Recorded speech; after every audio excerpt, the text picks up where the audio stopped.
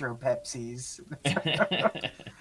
Shitty Nitro Pepsis. Hey, that shitty Nitro Pepsi that's invading your ear holes right now and maybe your faces is the SideQuest live on a he's drinking a shitty Nitro Pepsi right there on a beautiful, So good. beautiful Friday evening. We are coming at you live. Ish. If you're listening to us on your podcast, then we're not live anymore. Sorry, you missed out on all the good stuff. But yes, this team side questing right here. We are Zachless. This is actually the PAX Team PAX. Yeah, Team PAX. This is pretty cool. Right here. Team PAX, yeah. Right here. We already got Playland's like, let's go. Playland has been doing some writing for us, which is pretty cool. Yet to reveal his mysterious real name. It's Edgar. We're just gonna call him Edgar for no reason. Edgar Martinez. Edgar Martinez, yeah, baseball star. He's done some writing for us already. I got to find some more review codes because we've been getting a few, and I know like JJ, you were working on, you had done something, and Zach had done something, and I just was part of a preview yesterday. That we'll get more into. Something in my email yesterday that I was like, oh, did you? Maybe. And Taylor's gonna get something super secret. We don't even know about. Like, I don't even know what this is. They're like, hey, we just know that it's a thing. I mean, you don't know anything about it. I mean, it's it was the direct line from Major Nelson is like, hey, we want to show you something. We can't tell you what it is, Halo 18, but we're gonna show it to you, and then you just tell us. You tell us what you think. That is this person right here is JJ Holder, JJ Turismo Speed Boy Holder, and Taylor Bliss. There you go. I like doing like long finger, Dolly long finger Demas. Put on your VR headsets and put on your VR headsets. What are you guys drinking? Big K sugar-free Cola. Oh my shit. God! All right. Kroger that's going awesome. strong. We don't have that at our Kroger. That's just their generic brand, Big K.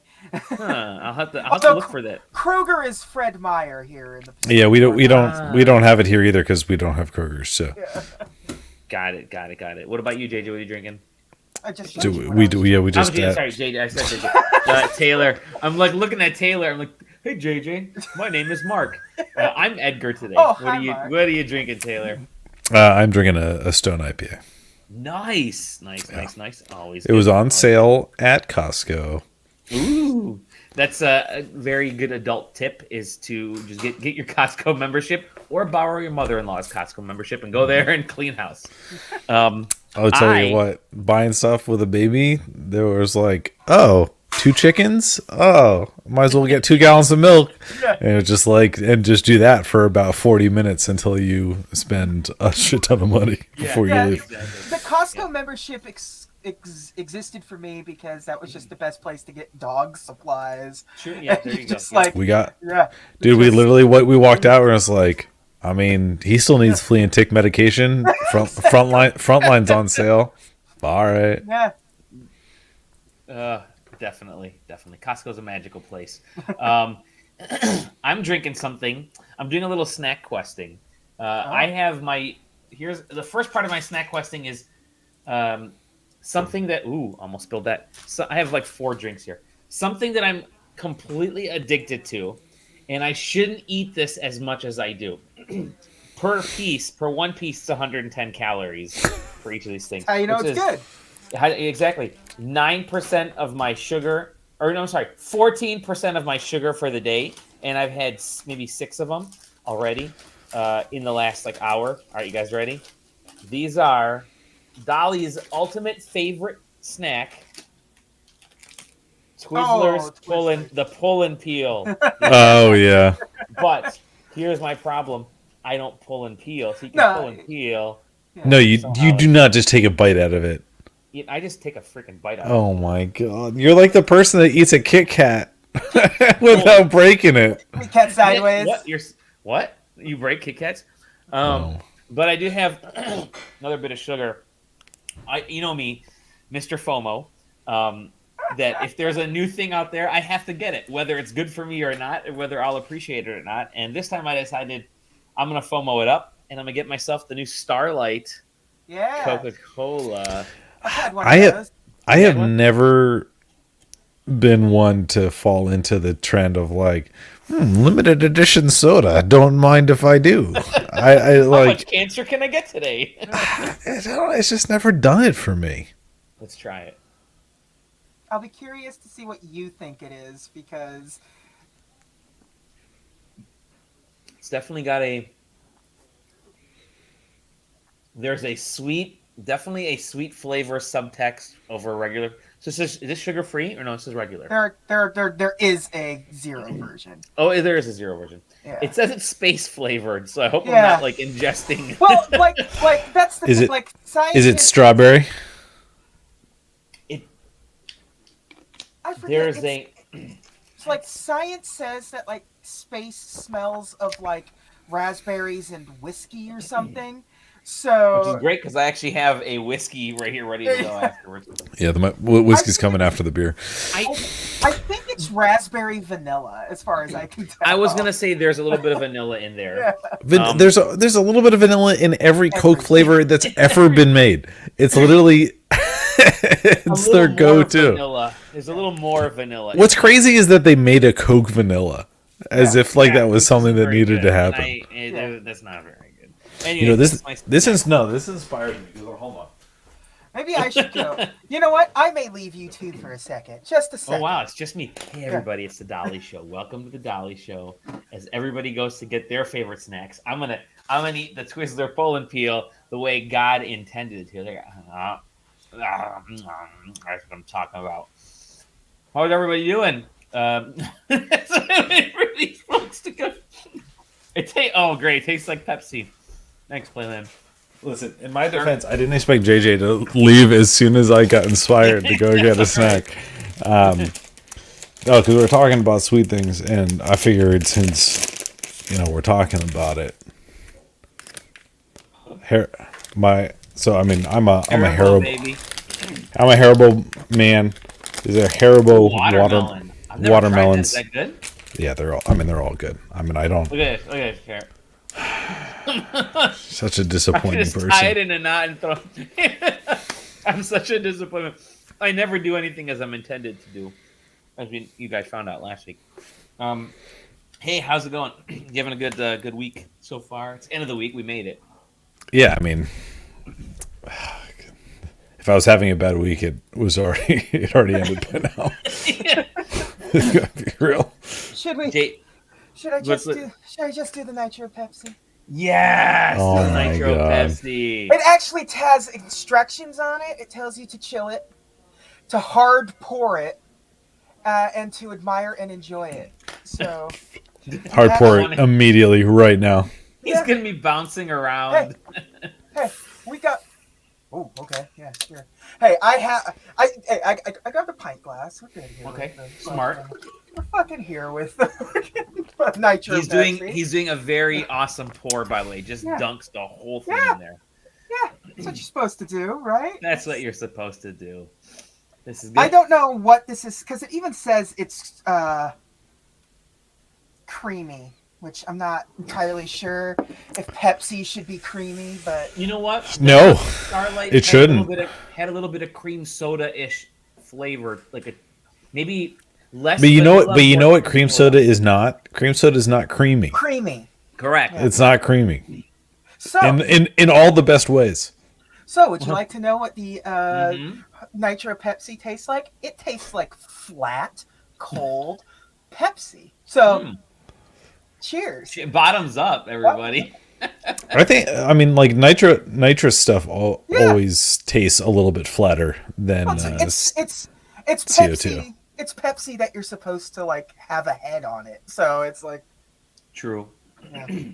So instead, actually, I do have my Two Towns strawberry lemonade cider. So I will actually be enjoying that during the podcast instead of whatever. Well, I'm chewing. You're gonna get some ASMR of me chewing these Twizzlers. I'm gonna. Let's actually. This is the new format. We're just going rogue now. Just chilling. Hey, I did mention we're gonna be. This is your PAX, folks, for side questing here. It's gonna be good. It's gonna be good fun. We have a lot of fun stuff planned at PAX. Yeah.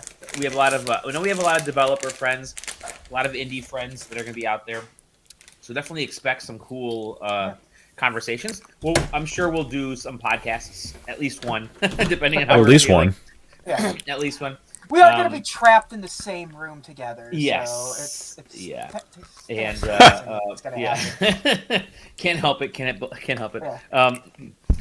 But it's funny because JJ, you're 3 hours difference between Taylor and I. Taylor and I are going to be out cold somewhere around 9 o'clock. Yeah. Right after the show floor closes, we're going to be like, let's go get some food. Then we're done. But you're going to be wide awake, party until 12 o'clock. At the party list is live. So what's interesting is that there, if you follow SideQuest.com, you know we are the party list central for PAX. Everybody comes SideQuesting for the PAX. For PAX, E3. for all E3. That's a good one. E3, remember E3? It's funny because our top post over the last 2 months still somehow is E3 2019 party list.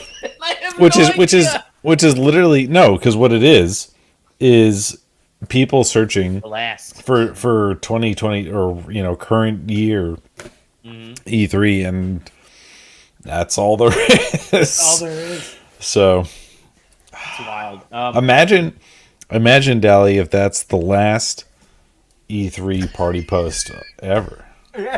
It's not, because I did one last year, but it was for virtual meetups because there were like 3 virtual E3 meetups. So, but yeah, that's the last real E3 party list, more than likely. Rest in peace, E3. There were a bunch more rumors this week and the end of last week that E3 officially canceled its online portion. Yeah, I did see that. Those are rumors. They haven't said anything. In fact, they never actually said they were doing an online thing. They just said, "Stay tuned," and that's all they said. They're like, "Hey, we're not going to do an in-live E3. Stay tuned to our plans." Or in-person E3, and that's all they said. So they may not be doing an E3 this year, but as we were talking in the Discord that June is the month for getting your game information out there. If you got new games coming out, that gives you time to get the retailers ready, to get marketing started and ready. And so, unless it's like a Call of Duty or a Madden, which you don't really need to do a lot of marketing because it's there.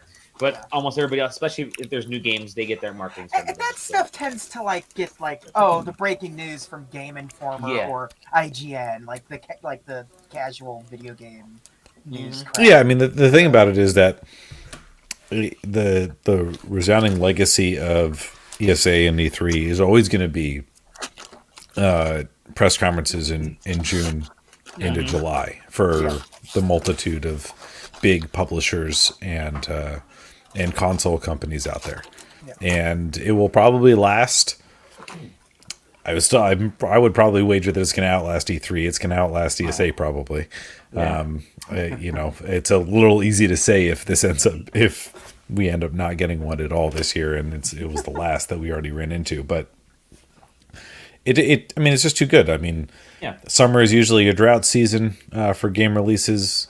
Your past and weather and weather, it's your run-up time to holiday releases. This is when you talk about the stuff that you want to sell during holidays. So it's always that's always gonna be that way, unless something else very significant changes in our human dynamics. So yeah. Which is why at least we don't have to worry about not having any weird conferences to comment on. Yeah. During the summer months. GDC is next week, I believe, not this coming week after, which that's going to be the first. It's kind of like kickoff. It's kind of like kickoff because there was PAX West. Obviously, JJ was our sole PAX West. Technically, can't PAX. But of the cycle for this year and the sort of getting things back to normal, GDC, which happens like the 20th, not this coming week, but the week after. Then you got PAX after that, because DICE actually happened a couple weeks ago. And just giving you guys a heads up, very glad none of us went, because few folks came down with COVID and it wrecked a ton of people, which is like conference. COVID, and these are folks that got hit pretty hard were actually vaccinated and boosted. So some of the folks. So get vaxxed, get boosted. I know the three of us are. I'll tell you what. I'll be walking back show floor with a mask on. You can count on it. You can count on it. Yep. Same here. PAX and then Gamescom is back to in person. They just announced that as well. They're like, hey, we're going to be in person this year. They're going to do a little bit of a hybrid thing, but mostly in person. You can probably count on TGS doing the same thing. TGS announced it as well. They announced they're going to be in person. So, which is really bizarre because E3 was the first one to say, we're not doing anything in person. And that was essentially decided back in November because they announced it in like end of December, beginning of January. That was figured out back in November. And now they're kind of dealing with the ramifications of doing it because you kind of could have if. Well, the issue though is that like this is the one thing that I won't fault them for because the amount of planning and buy-in that you have to get from so many different parties is so vast. And at the time, it was at the end of Delta, and then it was the start of Omicron, and there's no way that you can get any buy-in. Now it looks dumb because you're like, COVID restrictions are lifting across every single state across the country, in the U.S. at least. And so now it's like, oh my God, you totally could have had E3. It's like, okay, sure, plan it now for June. And that's how much time that you would have that they would have had. They can barely do it with 12 months of planning. There's no way that they can do it with 3. So it just I actually think that was the right call. It was, especially in a place as big as the LA Convention Center, the Expo Center there. I'm guessing that it was partly they had issues obviously internally at the ESA, but then LA itself probably said you have to let us know right now. Pick something, yes or no, and they're like, well, we can't get our shit together, so we're gonna back out, dog, and say peace for this year, and maybe especially if they got a special consideration because of COVID to save money on it, and they didn't lose out on huge deposits or something like that. It's a tough call to pick any other choice. Definitely. I'm sure we'll get, like I said, we're gonna get a bunch of streaming stuff. Then you can bet on Microsoft and Nintendo having stuff that at that time. You can bet on EA. Sony. EA usually does EA Play. We'll get Sony. We'll probably get Ubisoft. We'll probably definitely get Ubisoft. Yeah. I was gonna say Bethesda, but that'll get wrapped up into the Microsoft show by all means. So just like last year. Yep. Mm-hmm. I think you'll get a Square Enix will be back again. I'm sure they'll probably hop in there and do their own thing because it was actually fairly successful with some of the stuff they debuted, and I'm sure people want to hear more about it. But Devolver might do another one. You can bet on Devolver, and then it'll be doing their bullshit. Doing their bullshit, which is great. You can bet on the indies, right? The Guerrilla Collective was fantastic the last 2 years. And then you got Game Fest, Summer Game Fest, which is going to be there too. Jeff Grubb's Game Mess. And the most important one, Jeff Grubb's Game. Guys, that's a calendar. It's fantastic. It's great job to Jeff for doing that. I'm gonna throw this out there now, and I'll contact Mr. Grubb and I'll say, Jeff, let's host an actual fucking Game Mess live stream with game information reveals, even if it's just indies. Let's fucking do it, all right, Jeff? I'm calling you out right now. We kept teasing putting something together last year for indie stuff. So 2 years ago, remember we were going to do it in 2020. Yeah. And I put that word out there. I'm like, hey, are there any indies now that E3 is canceled? Are there any indies that want to get a hold of us? And a couple folks contacted me, so I started getting information together. We were planning. We're like, how can we do this? This will be a lot of fun. And then everybody else got the same idea. Yeah. And ripped literally. Kind of funny went out there and did their kind of funny. The folks that were gonna be on our live stream ended up going to somebody else's stream instead. And I was like, all right, well, I guess we're not gonna do it, which is fine, totally okay. Yeah, it's less work for all of us. Yeah, less work for all of us. I'm glad we came up with that idea first, though. Everybody, you're welcome. Side questing. But there was a live stream this week. There was a showcase. Speaking of shows, I did not. So I thought this one was especially funny, especially considering the general response to it because I had I completely forgot that it was happening. And it doesn't seem like I missed much as a result. Yeah. There was the thing I think that was the most interesting to me, and let me play this right now. I'm going to shut off this audio. I'll hit the play button here. The thing that I found most interesting was the Ninja Turtles, the TMNT collection, which I'm maybe it's not known, but I am a massive TMNT fan, like massive. I've played all the games up until whatever these recent ones were. I think the last one that I was really into was the did they have like a fighting game, like a Smash Brothers style fighting game? Oh, did I hit the wrong page? Oh, yeah. Wrong page. Let me stop sharing. Oh, did you ever play? Did you ever track down and play the new arcade game that came out like 3 or 4 years ago? No. It was good. It's good. Was it actually? It was good. Yeah, it's Raw Thrills is doing. It's the people that like made Cruisin', the new Cruisin' Blast. Oh, really? So it's like they kind of understand how to just. So what was interesting about this whole state of play, it was they didn't make a big deal about it because can't blame them for it. Yeah, there's a lot of stuff going on in the world. You can't. I mean, Nintendo did it with Pokemon. I mean, when the Pokemon news was dropped, because of that, or just kind of shadow dropped. You also had the Advance Wars was delayed because of the stuff that's happening. And Sony just kind of said, "Hey, we're doing this small thing tomorrow. It's going to be Japanese focused," and there was, and you got, this 5v5ve Dino Crisis, but not Dino Crisis. Not Dino Crisis. Yeah, it's from Capcom, the Dino Crisis people. Yep. Type of thing there. Was that just a black hole that dumped dinosaurs out? So think of like Elden Ring's dropping wolves. This is just dropping dinosaurs everywhere. Yeah. But apparently, I like how they literally had. I like how they had the Dino Crisis girl in it, but then it's not Dino Crisis. Yeah. Huh. That's odd. All right.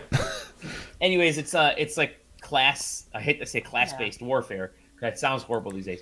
But you choose your different class of character. You have to essentially, it's these exosuits that they wear, and then each of these suits do different things. And the shtick with this is that you can, like they're showing there, you can change the suits mid-battle to a different suit and have sort of kind of respec throughout your battles. So if you like Division and Destiny, more Division, maybe you'll like this.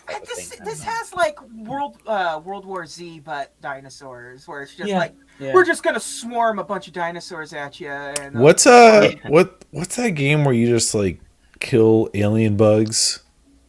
Alien? Oh, the Earth Defense Force. I don't know. That's just like the way that it was just hordes of the same model of dinosaur just running at you just reminded me of Earth Defense Force. Yeah. Yep. And I don't know.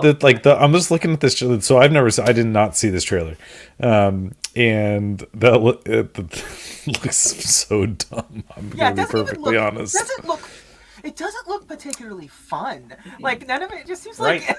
I mean, here's the thing, is that this looks like the first response, or like the studio's first go at like, yo, you guys see what Gears of War did with Horde mode? Yo, let's make a game. Except we already did that. Like, we did it like for the past 13 years. Yep. And you had... Let me shut off why is it this on? You have some more Tokyo Ghostwire Tokyo. Still looking good, an actual positive thing, except now we're getting into over trailer territory. I think it's debut. It's like 2 weeks from now, right? It's like next week or something. I forget. It's like just around the corner. There you go. Anyway, Ghostwire Tokyo. Hey, Stranger of Paradise. I know Corey's been playing this. Yeah, that they put out a new demo. It's just the demo, right? Yep. Oh god, Forspoken. Man, putting out Forspoken in this state of play right after, because it's right after it got delayed, right? Yeah. That's a rough bit. I feel bad. Yeah. Forspoken, like you got this, and then Game Informer got the big cover reveal, like literally 2 hours after. Dude, that shit hurts. That shit sucks. Yes, it does. Yes, it Yeah. does. I mean, I'm actually really interested in this. It looks kind of cool. There's It some looks really cool. There's some weird shit going on in it. Yeah. I don't know what this is. I mean, there's some weird Elden Ring ish stuff, and just being a big old open. Yeah, man. I feel you it. got to feel bad for any game that's trying to put forth anything that's going to be even semi-open world. Open world high fantasy adventure. Yeah, open world and high fantasy. Like, sure, if you can differentiate it. I mean, it's like oh, the world looks similar to some of the stuff I saw in Elden Ring, and it's just going to be that comparison for 18 to 24 months. She will rise. Now it's October, and then you had. Oh, look at that! It is Gundam Evolution. All right, yeah, we did another Gundam game. Shocker. Yeah. Hey guys, you like Gundam games? Yeah, more Gundam games. I mean, I like robots. Robots are badass, and Gundams are badass. So Gundam you know what? Whatever. Like, if it's, I don't know. Some of these models looking real low res, man. Yeah. Real low poly models here. It looks like a gotcha game. I'm not. Listen, I'm trying not to be a hater on it, but it ain't looking good, dog. Yeah. Oh, it's an FPS. Okay. Dominating. Oh. All right. Well, there's your yeah, there. Gundam Evolution. Again, this is a classic case of Gundam IP cells. Yeah. Right here. Spring 2022 test. Then you had this. Yeah. Okay. Hell yeah. Growing up in a glass bowl with chameleons, lizards, and tadpoles. This was the one thing I actually did see media and news of from the State of Play specifically. Because, and on SideQuesting.com, which you can find it on there. And also I think because I follow Chris Kohler on Twitter and he posted about it because I think he's part of the group that does Digital Eclipse. Yeah, that published the collection. And Mike Mika, if you guys follow Mike Mika, he's also part of that group. Some of these games are like, some of these games are genuinely hard to get, like unless you're emulating. Manhattan Project, dude. Yeah, Manhattan Project. Like that's a hard game to get. Some of the versions of Tournament Fighters are hard to get too. So it's. Yeah, I mean this. Stuff like that is what is going to be true preservation on stuff, especially if it includes ports to PC, where it's so much easier to be preserved long term compared to console exclusive. So, any company that's making a mission out of that type of collection and preservation. Is going to get a vote from me. Yeah. Same. Every 5 or so years, some company tries to do generic kaiju battle game. Yeah. So this is the current one. Oh my god, is this a JoJo reference? I believe it's JoJo reference. It's a new JoJo fighter, baby. Yeah. The last JoJo fighter was. With the dude on a fucking horse. Did you see that? That was like 20 badass. Last JoJo fighter was like 2015, 2016 or something. Yeah. My first experience with JoJo was fucking the Dreamcast fighting game. Oh yeah, dude, JoJo is literally prime for fighting games because all the shit is so fucking dumb. It's so great. It's like it's perfect. Yeah, it totally is. It totally is. Every character is ridiculous and stupid. Yeah. Why not make a fighting game out of all of them? It's loud and obnoxious. It's built for fighting games. It's just like us. Loud. They should make a side questing fighting game. And it's early fall. 50 playable characters, baby. Okay, that's dumb. That's so dumb. That's dumb, just like JoJo is. I love it. I like that it had the to be continued, but it was still the Back to the Future one, just like they. This looks really cool. Trek to Yomi. I think we've talked about it maybe once or twice really in the past, but it's sort of this really cool side-scrolling Bushido. It's just kind of bad, the kind of Japanese noir look, which is really neat. So, yeah, definitely like everything is clearly like, oh, it's Kurosawa the game. Yes. And I'm super stoked about this one. This looks really neat. But yeah, I won't get too far into it, but check it out. Make it like Rashomon, so like the game, there's different perspectives of the same story. That'd be cool. and that is Spring, baby. Devolver. There, our good friends Devolver. And then you had show it. I'm not doing this. Another PlayStation Studio. This was the Returnal DLC, I believe, right? Yeah. Yeah, so multiplayer. That's a cool and ass photo game. mode and all that stuff. Eventually, people will get around to it, but it came out at a bad time and nobody played. I was interested in this. Multiplayer is just like one of those things that would have probably pushed it over the edge on a release as a release feature, though. Mm-hmm. I mean, I could say that about a lot of different things. I just think the multiplayer shit, especially on PvE stuff, is where, and this is part of where I am in my life, and not necessarily as where I think things should be in the industry. Where I am in my life. No, I'm just, but like, you know, I'm past a lot of competitive games, and that's not like, but Returnal was just a roguelike. I mean, yeah, no, that's what I mean. Yeah. But roguelikes, especially cooperative roguelikes, have a huge appeal to me in a way that's even single player one. That's why like shit like Risk of Rain and Risk of Rain 2 are so good. Like Risk of Rain 2 was an incredible achievement in my opinion, and the DLC is just came out as really good. And this is Square Enix. They've got another tech. Oh yeah, I think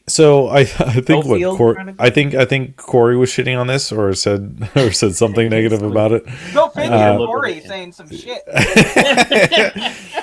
And I don't know. I watched the trailer because he says something about it, cool. and I thought it looked cool. I mean, it was kind of tactics, but more free controlling than a traditional like pure grid. And I thought that looked dope. Yeah, like all that shit looks cool. I thought it looked good. Coming to everything. Yeah. This is also coming to everything. I would not be surprised if this ends up on Game Pass day one. Like this looks like a great Steam Deck game. Yeah, it is, and it's coming to Steam, so it's perfect. But I think this is pretty cool.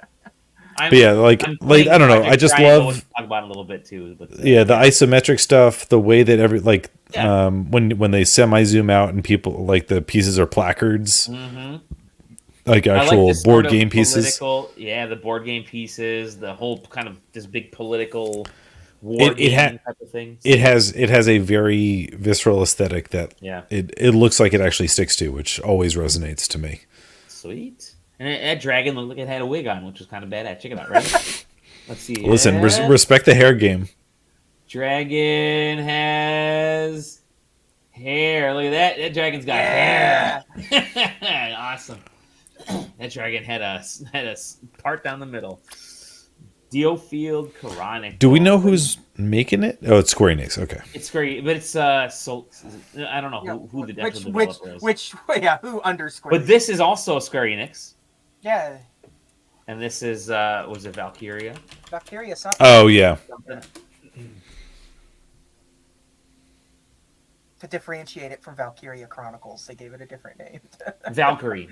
I forgot something. Yeah, I forgot what it is. It is the first one since 2009 or no. This is the third. I guess earlier. The third mainline game because it had an iOS version, and then I think the actual second game was like 2005, which is pretty wild. Wait, there was a sequel? Yeah, there was a sequel. I was just reading the Wikipedia. Oh, Valkyrie Profile 2. Yeah, look at that. Yeah, it's. But yeah, you know what? It's cool. It's wild to just make this game just sort of every once in a while they'll just dust it off. So Square Enix this year they've already announced there's 10 or 11 projects coming out this year. There was 3 games. There was a third game that was a Nintendo DS. That's right. Yeah. That was Valkyrie Profile Covenant of the Plume. But anyway, that was 2009. So that was aside from the iOS game, which I don't think we're really including. But so 2009 was the last time North America saw a Valkyrie Profile game. So it's been 13 years. It's a good amount of time. Yeah. Elysium. You got it. Elysium. You got to get to the giant ring planet, and then where all the people live. And that was it. And it's funny because as I rewatched this, and the announcer at the end was like, "Well, hey, thanks for joining us. We'll see you in the next one." It's like, okay, not a ton of enthusiasm.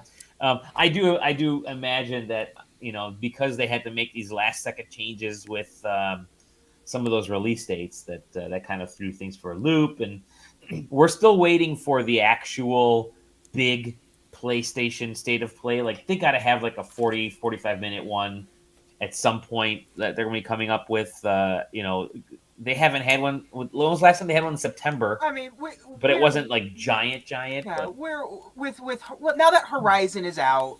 Yeah. You've got now it's time you can start promoting. And Gran Turismo is out. Yeah, the one that they definitely advertised the hell out of Gran Turismo. Yep. But I mean, the next on the list is going to be starting the PR tour for God of War. Yep. For sure. That's got to be coming. Got to be coming this year. That State of Play is going to be like God of War is going to be sort of the. I mean, you would think that God of War is in November. Yeah. And we'll probably see it in June. Mm-hmm. I mean, that's my gut. I feel like you are also due for that long rumored, like, hey, we're remaking The Last of Us and The Last of Us 2 engine. Yeah. But we already knew that was happening. But they never announced it. They never said it. We knew it was happening, but they never announced it. So it's just going to be. They're going to pretend like it's a big deal, but at some point in the PR machine. When stuff gets leaked enough, they don't need to do anything with it, and then they don't. But it's still going to show up at whatever the big thing is. That's just. Yeah. Well, it always does. It always does. It's and I'm sure we'll get. I want to. That ASMR of Taylor chewing is just it's so erotic right now. I love it. I have a couple quick news stories here. I don't have the link up, but Microsoft kind of showed off, here are the games that we have kind of verified for Steam Deck. Which is kind of cool. They listed certain reasons why some aren't and some are, and why some won't be coming, that kind of stuff. I think it had to do with some of the cheating. Yeah, that's why you can't. That's why Destiny just is Destiny's not doing it. And why people that bypass it get banned, because to bypass it, you have to bypass their anti-cheat. Yeah. They're not down with that. So. But that's cool. People are really digging the Steam Deck, getting some of these bigger games from the console manufacturers like Sony and Microsoft. You'll never see Nintendo stuff on there unless Nintendo gets bought out. Then you'll see Nintendo stuff on there. But for them, it would be easy money to be giving some of their older games onto PCs. But whatever. Who are we? We're not marketing geniuses. Let's not pretend to understand. Let's not pretend how Nintendo as a publisher basically does not exist in comparison to Nintendo as the global company. Yeah. They're the Disney. They're definitely the Disney of video games, except not as much monetary. They don't buy it for anything. Yeah, but, I mean, it is. I will say though, the way that Xbox Game Studios took their dedicated page to Steam Deck is just cool. It's great. It's just here's verified, here's workable, unsupported due to anti-cheat. And it was just those three things, and here's the list of the games, and that was it. Here's our entire publishing catalog broken into 3 categories. I think it's such an easy thing for a developer to do, and it goes such a long way. Yep. You can never over communicate your products unless you're doing PR and keep sending us freaking emails every other day about us, or unless you lie. Those are the only two. The only 2 things. But it's one of those things where this is their wheelhouse. You should be telling people PC gaming stuff. This is clearly where your future lies, and you need to just be open, honest about it. And also it helps distract from the statement that Newell made in regards to putting Game Pass on Steam. Yeah. Which, yeah, of course, Gabe Newell says, yeah, we're fine with them putting Game Pass on Steam because Game Pass wants 30% of that $15 a month in Valve's pocket, and Microsoft does not want that. They in fact might not be able to afford it, considering how aggressive they currently are in acquisitions of IP property, and B, in licensing deals, short term or long term, of the stuff that they're putting on Game Pass. 30% would probably cut it below the point where they could continue to afford to do the things that they've been doing with IP acquisition. So and we talked about how really the only way you could do it is if you're using your own properties, right? Like, and what I mean by that is the only way you can get on a Nintendo console if Microsoft says, "Hey, we'll give you Halo, we'll give you Doom 2025," but they're only, those are the only games that'll be on Game Pass. So it's going to be $15 whatever a month through Game Pass, and we get that 30% if they sign up through you, yada yada yada. But this is the only stuff that will show on there. That way, Nintendo, or in this case, Steam, because Steam doesn't make money off of sales of games that are on Game Pass, right? That are already out there. That may be the only caveat they can get around. You have to assume at Microsoft there's some little engineering guy sitting in a dark corner of an office somewhere, and they're saying, "We're not taking this serious, but tinker around with some stuff and see if you can come up with some sort of Game Pass machine for it, portable Game Pass machine for us." Valve's doing it. Maybe we should look into it. Nothing serious, but at the same time, there's almost certainly somebody working on something at Microsoft. And fiddling enough with something like the Steam Deck, and when you think about what Microsoft is eventually going to do, which they've talked about it, which is the Xbox stick. Remember where they said they're going to do that HDMI stick eventually? Yeah. There's no reason that can't come to something like that can't come to Steam Deck or anything really. All you really need is a little USB, those little USB dongles, and maybe you have a little USB-C dongle that you just plug into the Steam Deck, and that sucker is readable. You boot into the desktop, and you got Game Pass. I don't know. Maybe there are ways. I'm sure there are ways to get around it, but they want to be right on there on that homepage. So. Speaking of, we've given every major console manufacturer their time. I want to give one last console company their time. Oh my god! And this is. Am I gonna have to get a drink for this? No. Because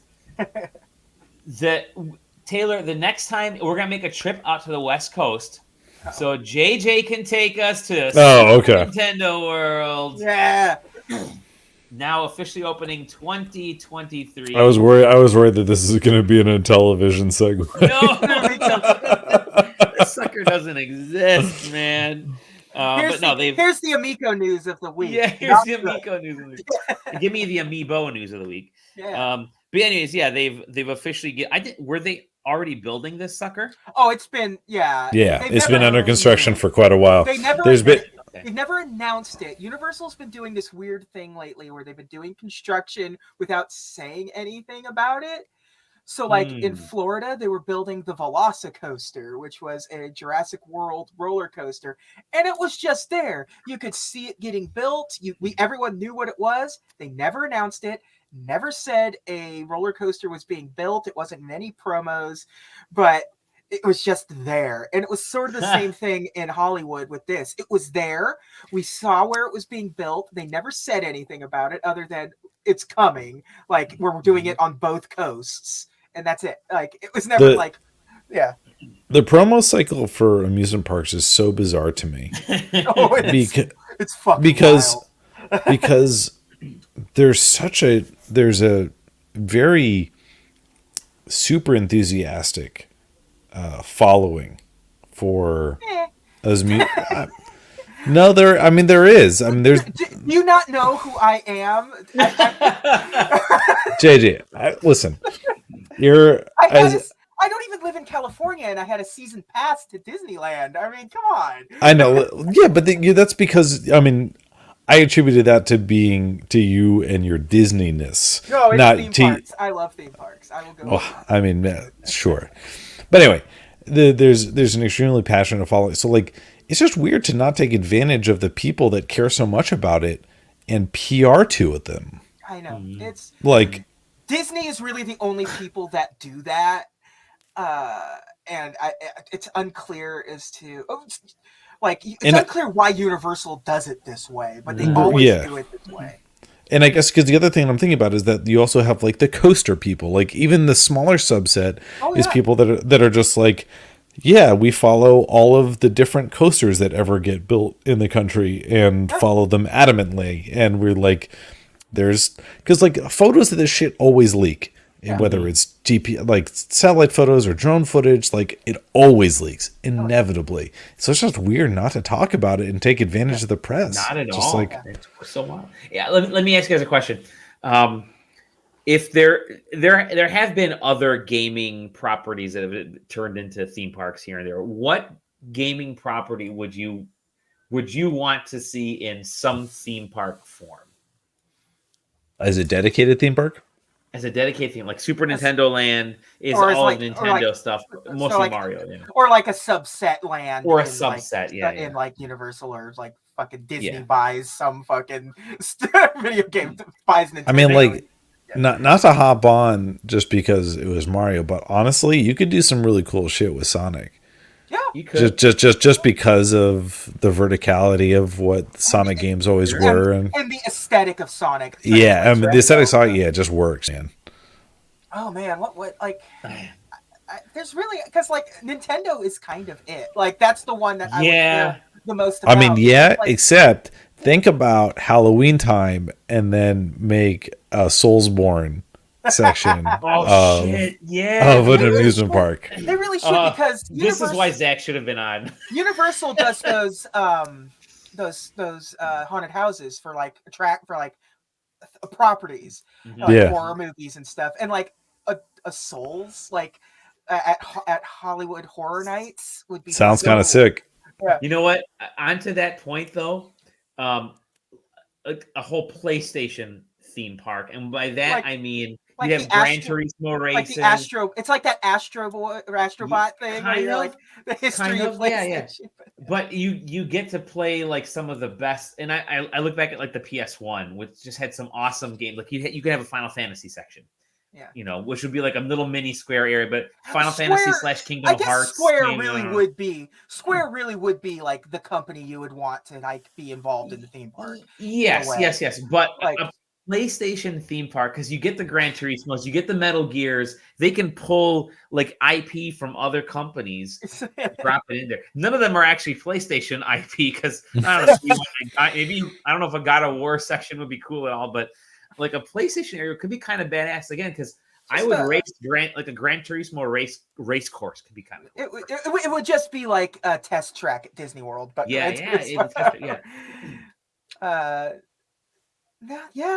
I mean, no, Square would be. Square? Okay. I think Square would be, because there's Square would be sick, especially if they manage to get the limited Disney licensing to also have a Kingdom Hearts subsection.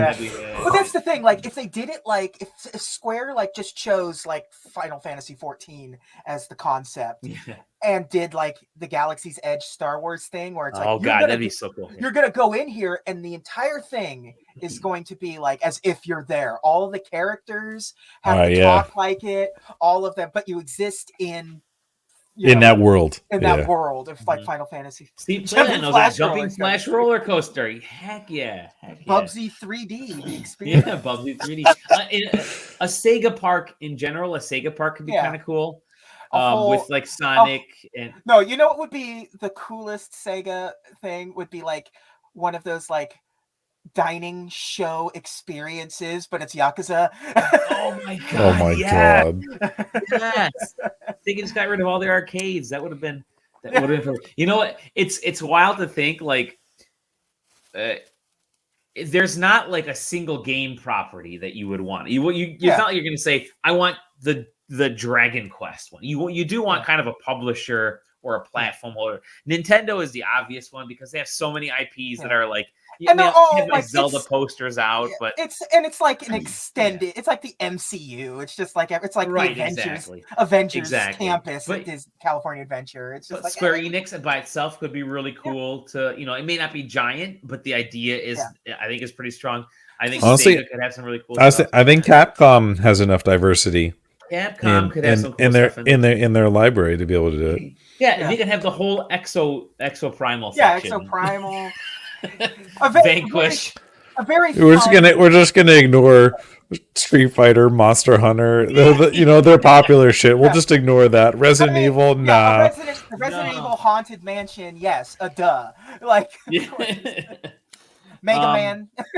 Mega Man, who? Yeah, Mega Man Soccer. You're gonna have the Mega Man Soccer zone. Is what it would actually be. It'll be the kids Mega zone Man where, Legends. the kids just get to like bounce Mega Man Bouncy Castle and whatever. The like older Monster Hunter games too, not even the newer stuff. But it's hard to move around. You don't really know what you're doing in there. It's good.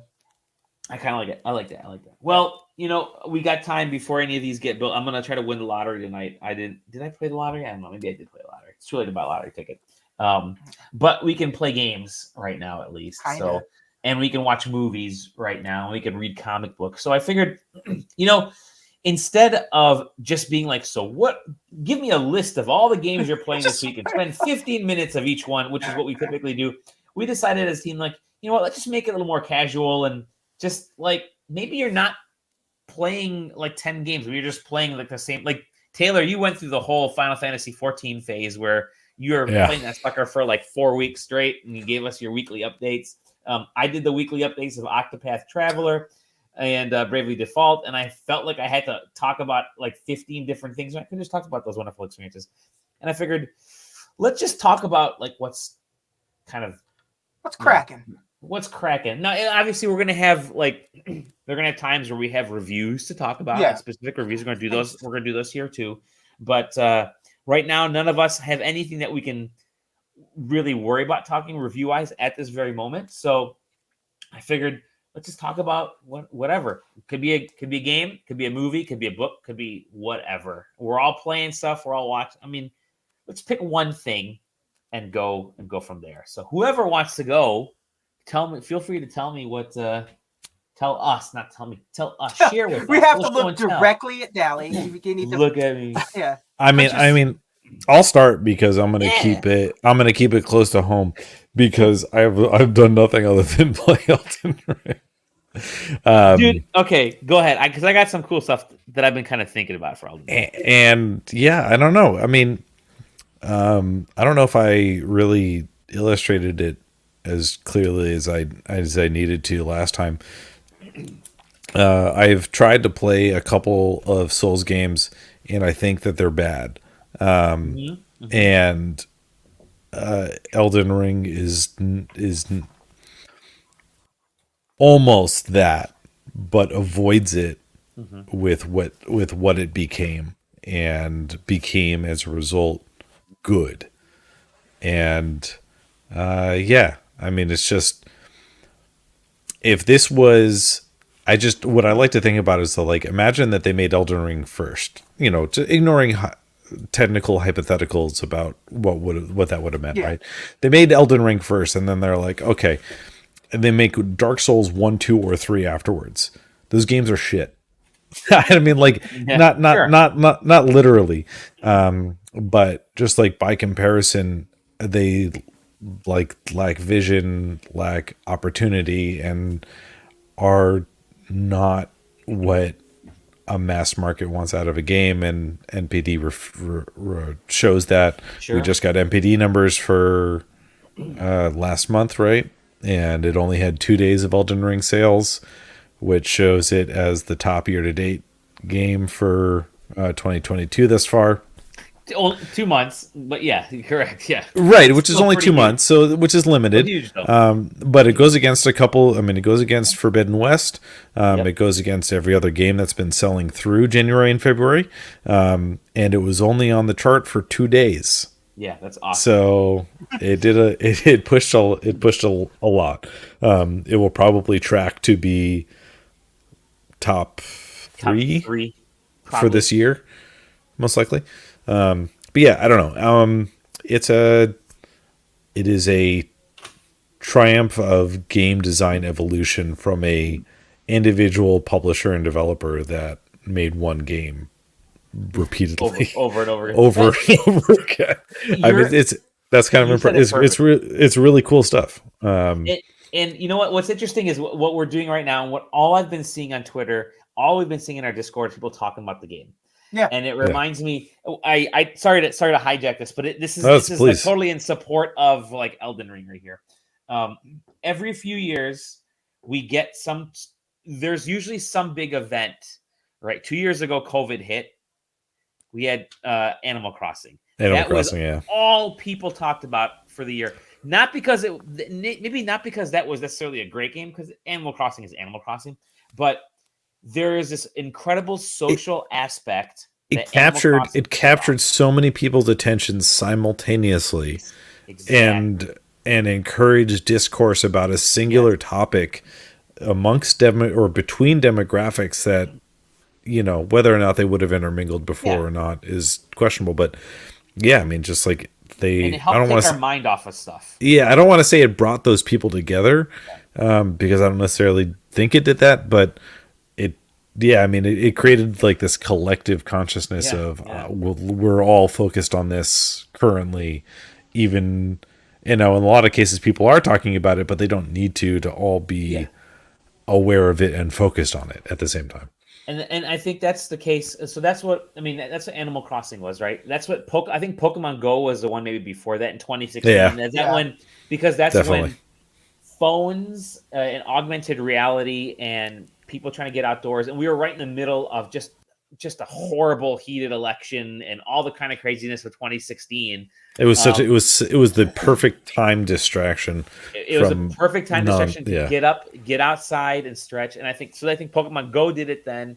And you know, we've had times where we've had stuff like Minecraft that kind of came in that was a little more niche when it sort of launched. It had a kind of a slow build up. World of Warcraft, but really the Pokemon Go, Animal Crossing, and now Elden Ring. Everybody is talking about Elden Ring because obviously there's these big world events right now. We have an awesome country like you know, our friends in Ukraine. We have Ukrainian listeners and viewers. Hi guys. By the way, get that bundle. I forgot to bring it up earlier. The bundle the itch.io over on Itch. I bought it, and I've been playing the games on my Steam Deck, and it worked. And so yeah, definitely supporting our friends in Ukraine. So there's this foreboding going on around the world where like we don't know what to do here. We're kind of seeing stuff happen, right? And so and the world is seeing stuff happen. And Elden Ring lands at this time where the whole purpose of Elden Ring is to just fucking keep dying over and over again, lose, and then you figure out a way to get back up, and you go further each time, and you figure shit out. It's not a roguelike, but in a weird way it is, because you play it, you die, you figure out what happens when you die. It's a roguelike. It's a roguelike with checkpoints. Exactly. Yeah. But all of us are using that as like this big distraction because it's landing at the perfect time. And the discourse has been great, you know, even though there have been like some shitty comments out there, obviously, as there's going to be with every game. Oh yeah. But everybody's been talking about it, and I think it's incredible that they finally they were able to crack the code on how to make the Souls games like more broad, like get it out there to more people. They figured it out. They cracked that code. I think just get the more casual audience in there. Great point, because the first, and I think this also ties into, like, I'm taking both of your comments. Look at this. Check it out. Woo! Taking both your comments and bringing them together. Taylor said they make the same game over and over again with like slight evolutionary tweaks, and they do. The reason is the first game was a freaking tunnel. You're just kind of headed straight towards one bad guy to the next bad guy to the next bad guy. This one, they said, you know what? Murder hallways. You still get murder hallways. You still get murdered, but now instead of a murder hallway, it's like it's a murder field. You just kind of walk around and get murdered. And I think that little change, exactly. That little change, I think, made it way more digestible and accessible. To more people. accessible to people, to be like, I am not emotionally prepared for this right now. I'm gonna leave and go experience a different part of the map.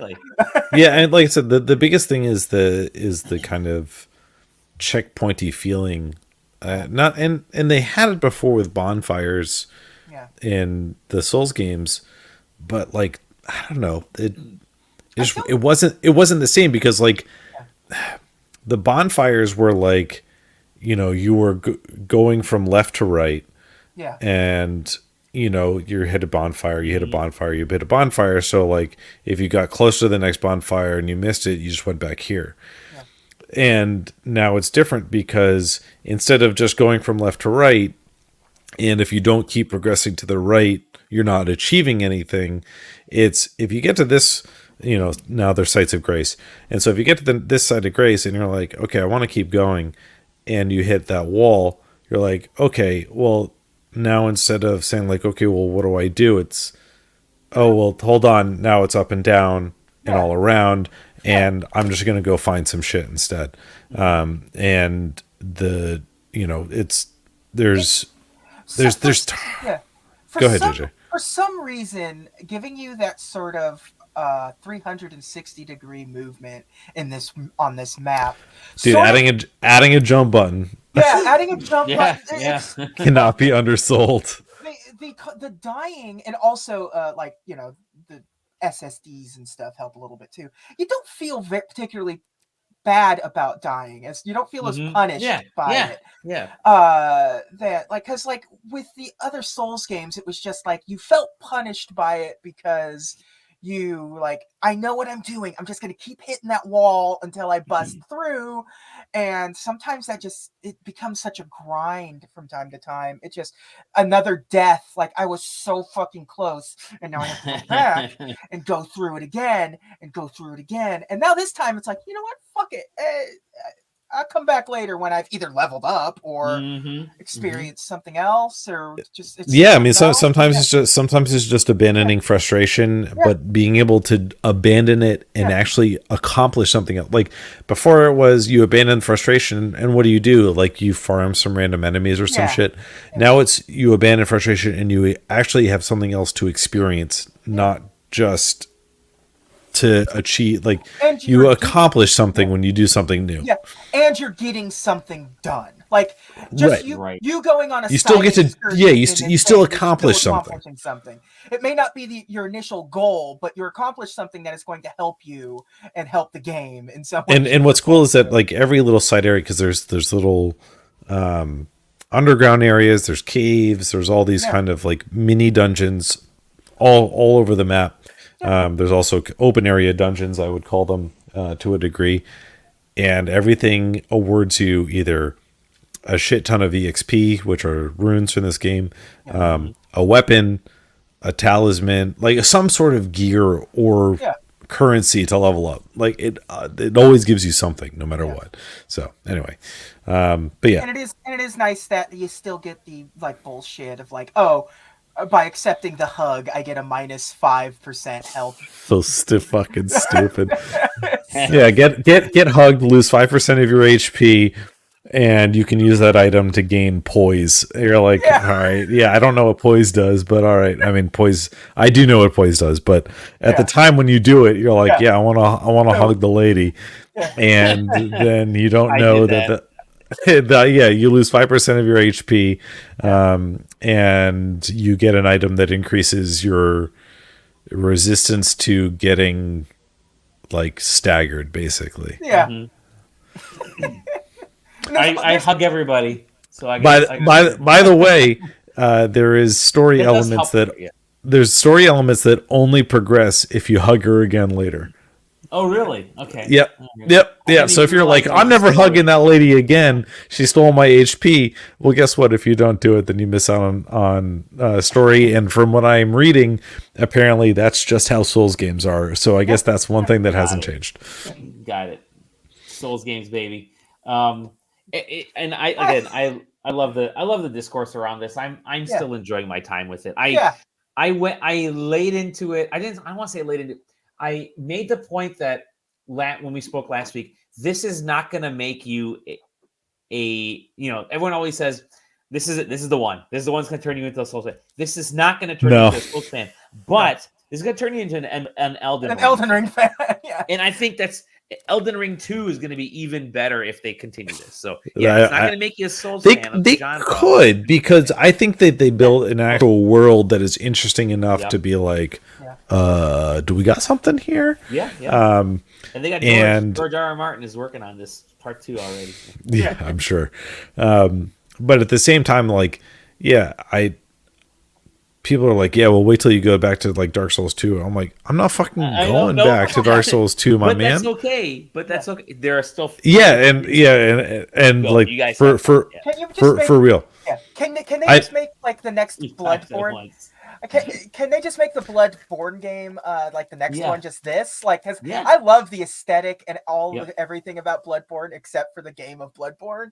Make Bloodborne 2 Elden Ring, and I'll be in. I'll play that. I mean, people are still just clamoring for Bloodborne at 60 FPS. So maybe one thing at a time. Yep. Baby steps. Excellent. But no. I mean, Elden Ring's been my entire week. So.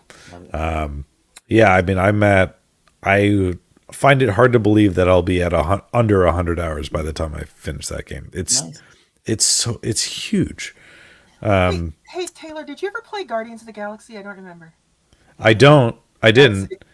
But it is on Games Pass, so I will be.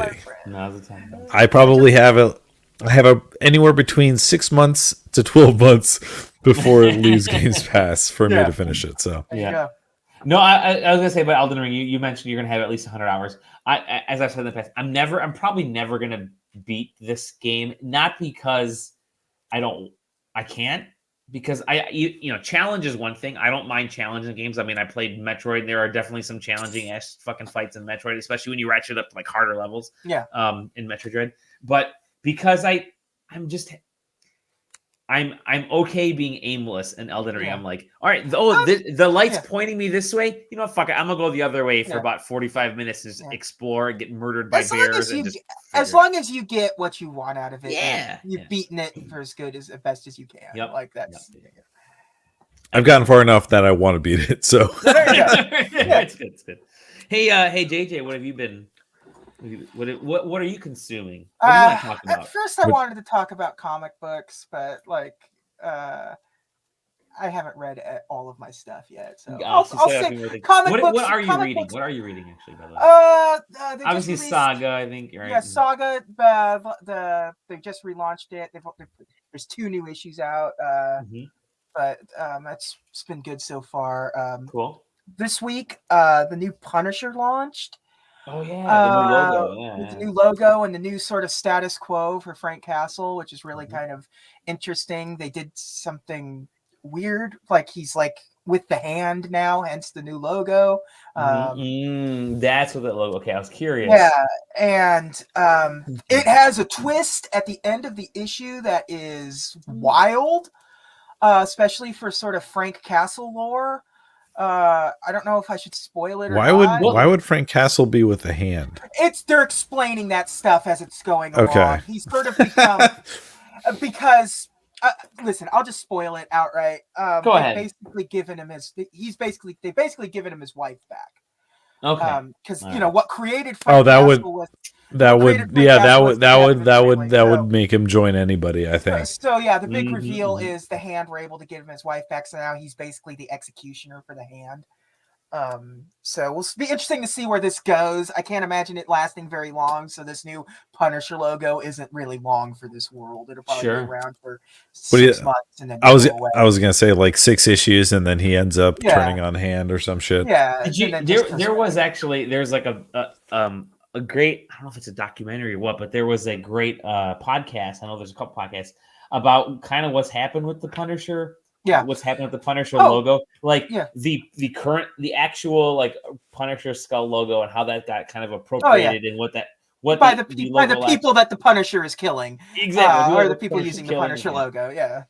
The Punisher stuff, like Marvel had flat out canceled the Punisher series. Like he hasn't been appearing. This is his first appearance in a significant amount of time. sort of made him disappear for a little bit. He was Cosmic Ghost Rider, is what they were doing with. So that was a weird thing that they were doing with Frank for a while. But yeah, also this week, Captain Carter got its own standalone series. So it's like from that What If ish episode of that cartoon. They're actually like doing a standalone series. I wonder if they're going to be doing more with Captain Carter. Nobody would know. Nobody would be able to find out. There's no way to know. There's no hints anywhere online what the future for Captain Carter holds. But yeah, the Batman stuff has been really good lately in DC. It's been very fun. Like, Spider-Man is weekly now, so it's kind of a pain in the ass to read Spider-Man because that's my main go-to comic is always Spider-Man. And weekly? It's weekly now. Yeah, it's weekly now. Well, let me ask you a question. You get your comics digitally or print or both? Oh no, I have a pull box at a local comic book store. That's awesome. So. I gotta get one. Well, I don't have a real good local comic place where I'm at, so yeah. I'm lucky enough to have one down the street, and I've only been there once. You went there looking for these things. I went there on free comic book day, whenever the last one was. How they get you? Oh yeah, no, it's been good stuff. Yeah, comic stuff. But you've also been. But game wise, like I'll get deeper in comics. I'll do a whole comics thing next week. Sounds good. But today I'll talk about Gran Turismo 7 because that's basically cars, baby. Yeah. This is my Elden Ring.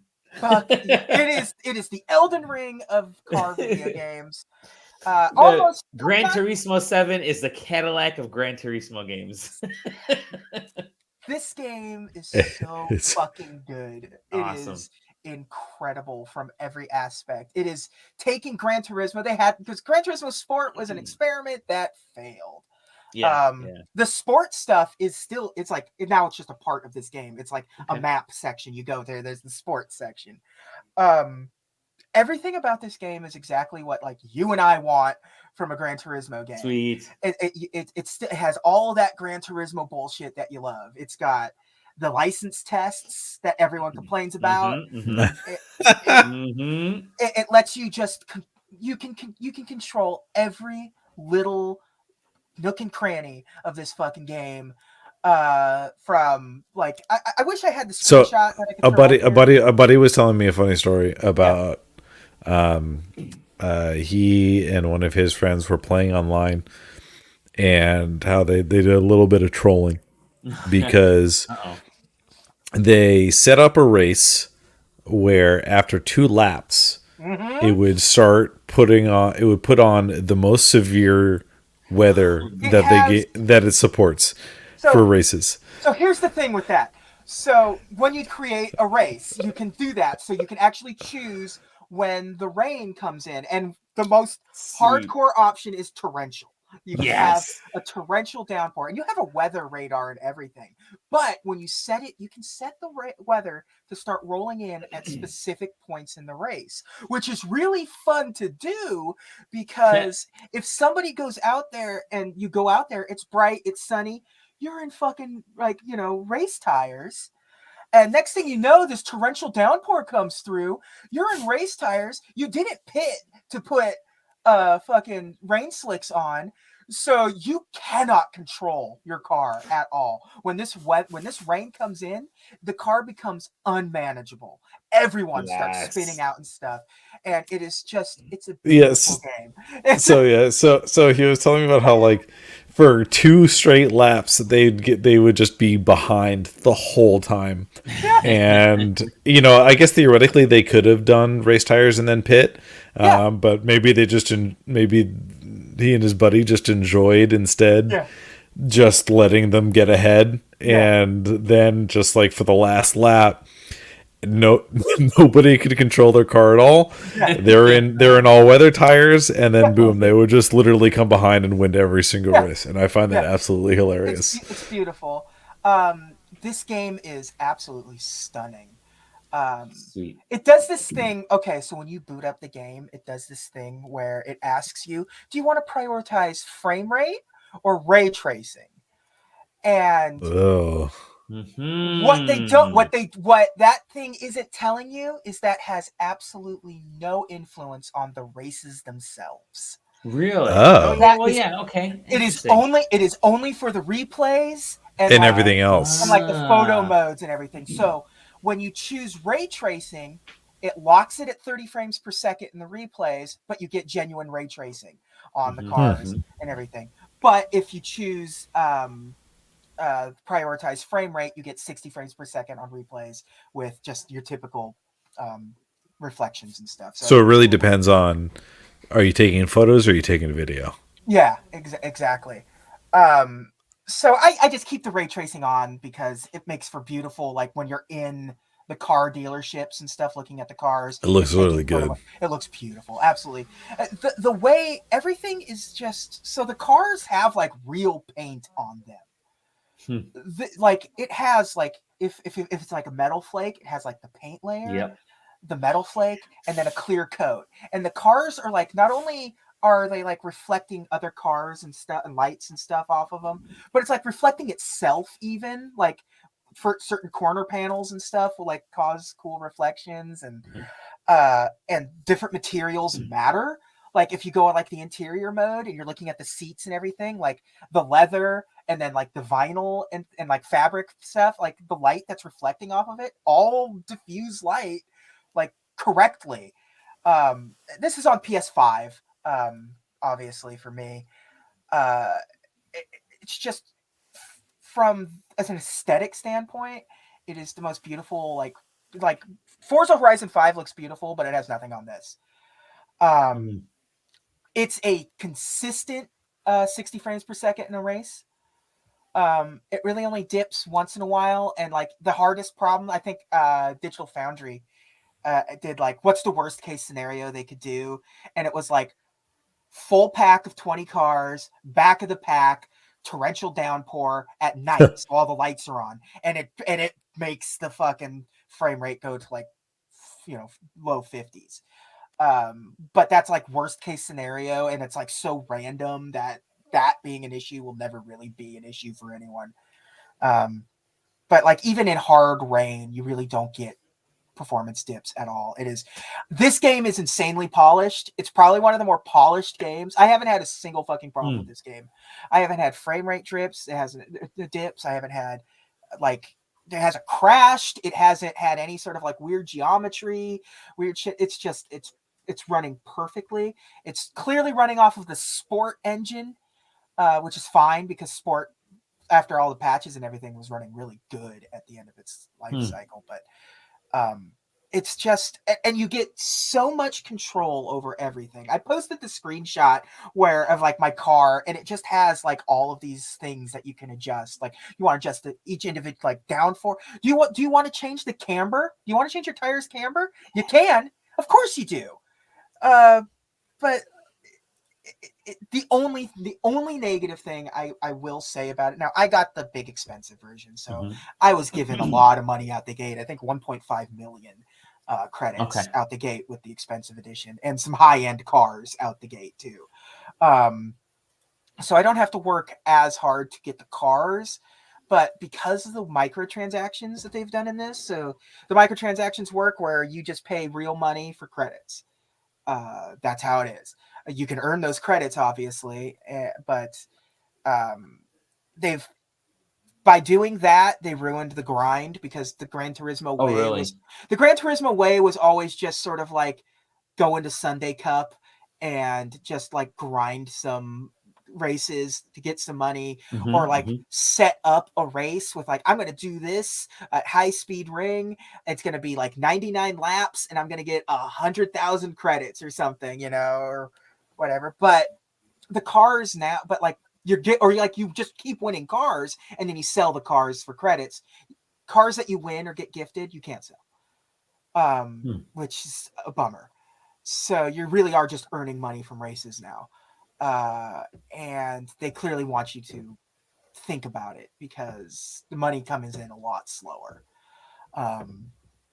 because they want you to spend $20 to get, you know, 2 million credits or whatever.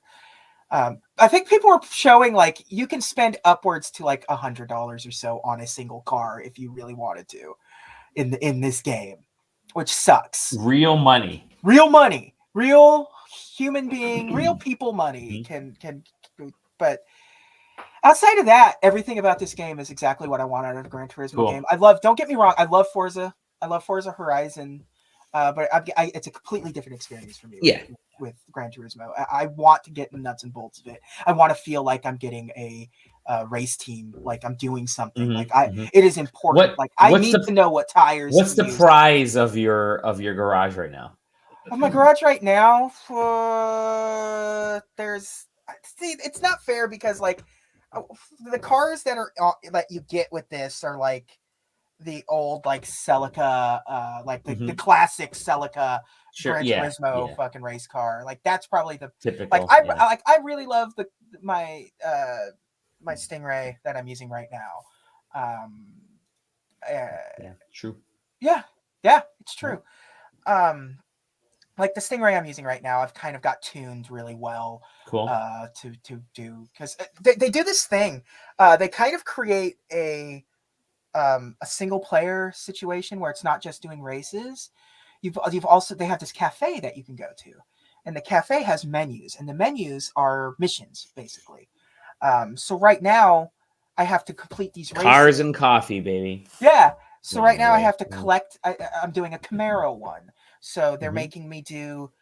I have to win these 3 races to collect these 3 Camaros, and then I get the Camaros, and the cafe owner gives me like the history of the Camaro, which is cool because in the past it was just you would just get credits, and it's like here's a list of cars you could buy. This actually gives you you're getting that's cool. There's goals. There's a mission section. There's a multiplayer section. There's arcade. There's there's a lot going on in this. Well, it makes the cars, when you see people online racing with those cars, you could say, "Oh, wow, he completed that." I know because he has that car that he completed that mission. Yeah. Cool. So like, cool. So like I've got like, some nice old Mustangs because I had to complete a Mustang mission and collect the 3 Mustang cars to keep forward progress going. And, I'm doing the license tests now. That's and like, cool. You know how it works with these, like you can't, once you hit a wall, you're like, well, I can't advance anymore because I don't have the super license, but I can't get the super license because I'm just not good enough to beat this time to get, to do the advanced steering bullshit or whatever. But that's the grind of Gran Turismo that I love. Like I've also been, just as an aside, parallel with this, that new Grid Legends game came out. Oh, and it's just like, I don't understand what this game is. With like, you got Gran Turismo here, you got Forza there. This is kind of doing the exact same thing as both of those games, just not as good. So they have to sort of infuse this storyline in it. So it has this really uncanny valley storyline in Grid Legends, where they have to give an excuse. They had to come up with an excuse as to like, why is everyone racing every different type of race available? Like one guy, there isn't a person. You might have a person that will run NASCAR and Indy. You don't have a person that's running street races and indie races and prototype races and dirt races. And it's like so it's the grid is the league, and everyone has to master every discipline. It's like MMA for racing, where it's just like you're good at one discipline, but you kind of have to know a little bit about all of them just because everyone's sort of lumped in. But it's like, so it takes it really serious. And then you're just like whipping through an airport racing between shipping containers and stuff. And I'm like, oh, then this is just a weird arcade thing. That Gran Turismo is going super sim. Forza has their sim and their arcade game. And as good as Grid is, to come out at the same time as Gran Turismo 7 and be on the PlayStation 5 is there's definitely visuals aside, because the visuals obviously are pretty ripping in this. Just from what I've been seeing, there's the one thing that I'm really liking that the new consoles can do, especially with what the Polyphony Digital is known for, is not just being a sim, but being a hardcore. Oh yeah. Hardcore sim. Like you can play Forza game. I'm sorry, you can play Gran Turismo games. You can play Forza games without fiddling too much. You can play Gran Turismo games strictly going for the licenses, but that's for guys like me who are and coming from the auto industry. Gran Turismo is the game. It was like there were times when Forza would bubble up and kind of become really popular depending on who your company was partnered with. But Gran Turismo was always the racing game. Like we would have tournaments. This is back in like college to now. Like I can go into any of the car manufacturers, GM or Ford or Stellantis or Toyota, and they have like racing rigs with Gran Turismo set up. Like this is the racing game. You go into Forza Motorsport. It's to cut Horizon out of the thing for a bit. Forza goes above and beyond to try to make a casual player be able to feel comfortable. You can buy your upgrades and you can do some tuning and stuff, but it's most of the time you can just buy the upgrades and just do auto upgrade, and it just does it and it tunes it for the best performance available. You can't really do that with Gran Turismo. You bought the part, but if you buy certain parts, like if you buy like full race suspension, you actually have to go in and like adjust the suspension, because just installing it's not enough, because it's different from track to track. What you're gonna want at the Nürburgring is different than what you're gonna want at fucking Laguna Seca. So you actually have, and there's no like automatically do that for me, please. You kind of have to understand what some of the stuff means. If you're almost running a team, you have to be knowledgeable. If you're going to take it seriously, if you're going to go deep into the end game, or if you're going to, because they really are trying to make Gran Turismo a professional esport. They're genuinely trying their best, but it's just. I mean, they've had the Gran Turismo, like the racers that have gone on to like play in official, real life racing games. So and that's awesome. The one thing that is perfect that this generation did to save Gran Turismo in its major way is the SSD, because it takes kind of 1 second to get into a race. Sweet. Like from selecting a tracking, and with the license tests where you're really grinding, you don't have a loading screen. It's just like start over. Start over. And it's just like you're just right into it. You just keep going. It's perfect. The SSD saved that game. That's what this console generation, I think, is perfect. Yeah, because like Gran Turismo 3, Gran Turismo like 5 and 6 were brutal. Were absolutely brutal, because the loading times, once they went HD, it just destroyed those games, because the loading times got so bad that they could never optimize it because of how Gran Turismo is made. So now GT 5 and 6 were PS3 games. PS3, and GT Sport, which was sort of an offshoot, was a PlayStation 4 game. And they had, when GT 6 launched in like 2012 or whatever it was. GT 6 launched alongside the PlayStation 4, like almost. Right, and almost. You couldn't play it on the PlayStation 4, which is so wild. But it shows basically 9 years after the PlayStation 3 version launched, they had all this time to really understand how to make a true racing game. I'm the next coupon, the next rewards I get from Best Buy or wherever, I'm going to be putting towards GT7. You're going to love every second of it, just like I am. So that's awesome. Very cool. Yeah. Okay. That's it. Oh, awesome. I'm excited. I'm in love with the series. It's good to see it like actually back. So legit back, old school. It's legit back. It is such a hardcore. I've said this kind of stuff about like other games, Elden Ring, Souls games, other hardcore RPGs, where it's hardcore RPGs can be about like Excel files and really kind of micromanaging your character. That's what Gran Turismo is. If like Gran Turismo is it goes beyond like Forza games. What I love about Forza games is that they're fun. Like, Forza games are fun. Whether it's Horizon or it's Motorsport, they're fun games because I like looking at the cars. I like driving, and I like racing against other people. Gran Turismo 7 is all about the cars. Like Yeah. Gran Turismo series is, are you a car guy or not? Like if you're a car guy, GT will be the series. That the series brought cars to the US from Japan. Like some cars became so popular in Gran Turismo that they got companies like Nissan and Toyota and Honda to bring the vehicles to America and the UK. That's Gran amazing. Turismo legitimately helped bring the Skyline to The America. Nissan Skyline, exactly. Yeah. So yeah. It shows you what kind of game it is. I mean, I'm looking forward to it. I haven't played it yet. I'm bummed. I wish there was a demo, but there's not. So I'll be picking it up. Okay. I'm gonna let you guys.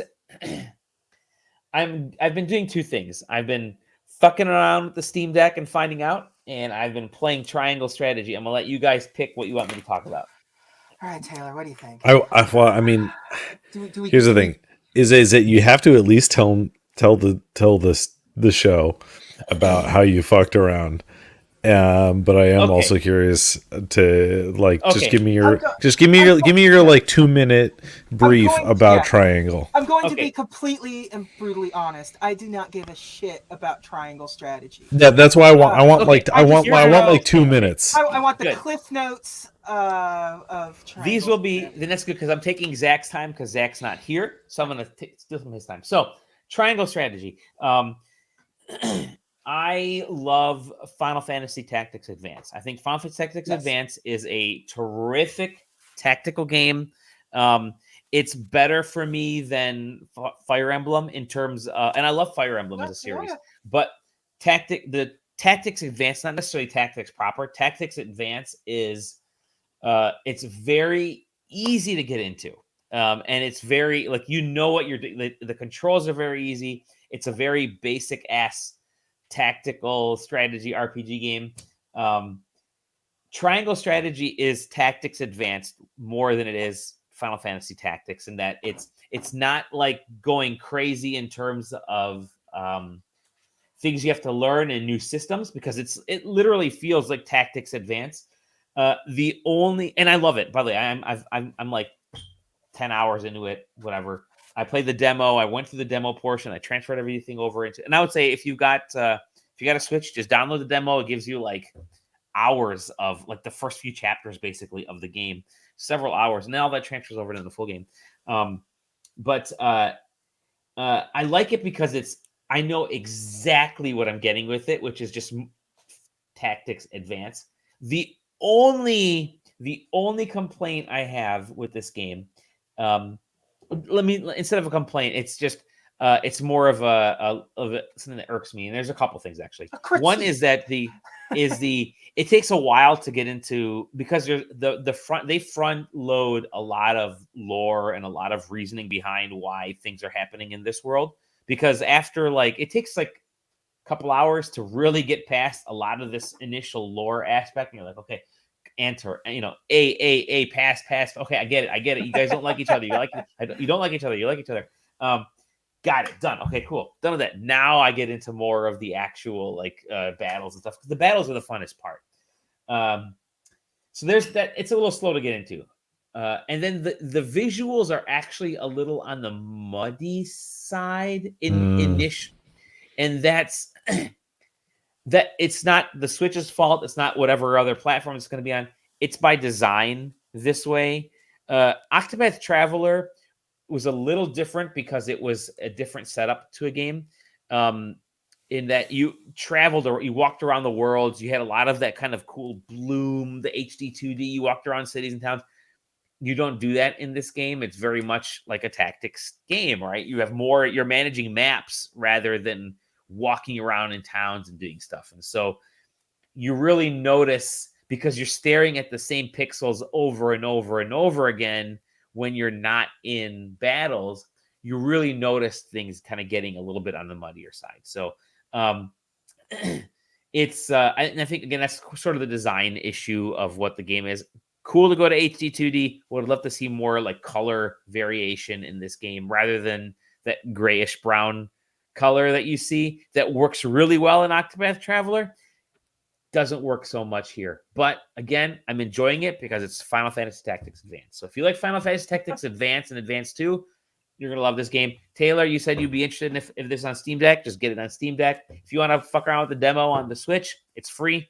Spin it around for a little bit just to just understand what it is. I probably will at least play the demo. Like, well, not too far if there's that much content. Don't go through like the first couple battles and then just be like, okay, I'm done. The demo. I'll wait until the Steam version comes out. Which I'm gonna guess this came out on Switch in the February. You'll get the August Steam version in probably more closer to October. I'm gonna guess only because Nintendo. You think it'll be over 6 months? Yeah, I think it's over. I think it's gonna be over 6 months. Nintendo has like weird exclusivity numbers. Like you had how was it, like a year or not even? It was almost a year with Monster Hunter, right? It was like 8 months or something weird like that. It wasn't 6 months, was it? Something weird. Yeah, it was weird. So Nintendo does that. They usually have like a weird length of time. So I'm gonna guess it'll probably be like closer to October, but it'll be out. And at that point, go ahead and pick it up. Anyways, there's that. Next is the Steam Deck. I'll talk about that a little bit too. Somehow, and I don't know how, my left touchpad started working with the haptics. I don't know how.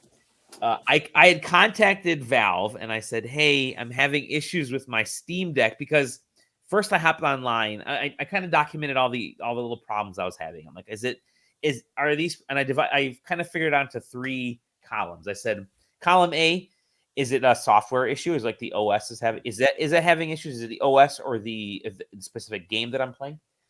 B, is it the hardware? Is something actually like a hardware flaw? Like, did I get which happens all the time? You get like, especially with these first run products, you will get issues because of how things are built. Or C, is it user error? Right? Which the Dally quotient. Is Dally the problem? Some of these just started working like that. Left touchpad just started working, and I started feeling the haptic, and I don't know how, because in the same games it wasn't working, and now it is, and the OS hasn't been updated in the last 5 days. So I don't know what it is, if it's hardware or software related. I have Valve said that they're ready for me to send my deck over as soon as I give them the thumbs up. So I might still do that just to make it consistent, but I don't know why it's doing that. Anyways, I bring the Steam Deck up because the bundle for Ukraine came out, and I thought 1,000 games. I want a bunch of these are Steam capable, compatible, or I should say PC Linux compatible. So I bought the bundle, $10, great deal. Go ahead, just do a search for bundle for Ukraine and buy it. It's $10. Skatebird is on there. Celeste is on there. There are Backbones on there. There are a bunch of games on there that cost $20 on Steam that are on this sucker for pennies, essentially. If there's 1,000 products and it's only $10, you're paying a penny for Skateboard. Bringing those into the Steam Deck was a little more, a lot more work than I thought it was going to be. In that I had to go into the OS portion. You have to go in desktop mode. Desktop mode is not good in the Steam Deck in that. And what I mean by that is you definitely need to have a keyboard, definitely need a mouse to get what you want out of the desktop mode. Obviously, desktop mode, you're going to expect you want all this stuff. Unfortunately, this is the problem. I kind of brought it up a little bit last week. I look at the form factor of the Steam Deck, and it's meant to be an all-in-one device, right? It's got a screen, it's touch screen, it's got touch pads, it's got controls. I should be able to do everything within this device. And you can't in desktop mode. Let me rephrase that. You can in desktop mode, but it's much more difficult and time consuming to do it. And it goes back to the whole, and I spoke about it last week. The user interface still has ways to go with adapting what desktop mode can be on Steam Deck and what Steam Deck's OS can like. It really, the biggest problem is the OS. The OS isn't designed for the form factor just yet. I think there's a couple versions of the OS that need to go through. I wanted to get these itch games onto the Steam Deck, and I understand I'm buying games on a separate platform that I'm kind of jamming onto the Steam Deck. So that one's on me, obviously, and I knew that going in. I had to go into the Linux OS, which is built into the system, to get these installed and all that kind of stuff. But it was going through that process of, I was having so many issues. I had to pair a keyboard and pair a Bluetooth mouse to get stuff to happen on the Steam Deck in the Linux OS, which was a pain for someone who isn't quite used to doing it. Now, granted, I grew up fiddling with computers my whole life, from like Tandy 1000 HX, baby, DOS basic, before Windows was out. Man, 1986 was an awesome year. And personal into the yes, baby. Load. Just letting you guys know, don't type in load because it's not an actual command. And then let me rephrase it. Don't have your little brother type all that stuff, and then you have to go back and try to figure out what he did.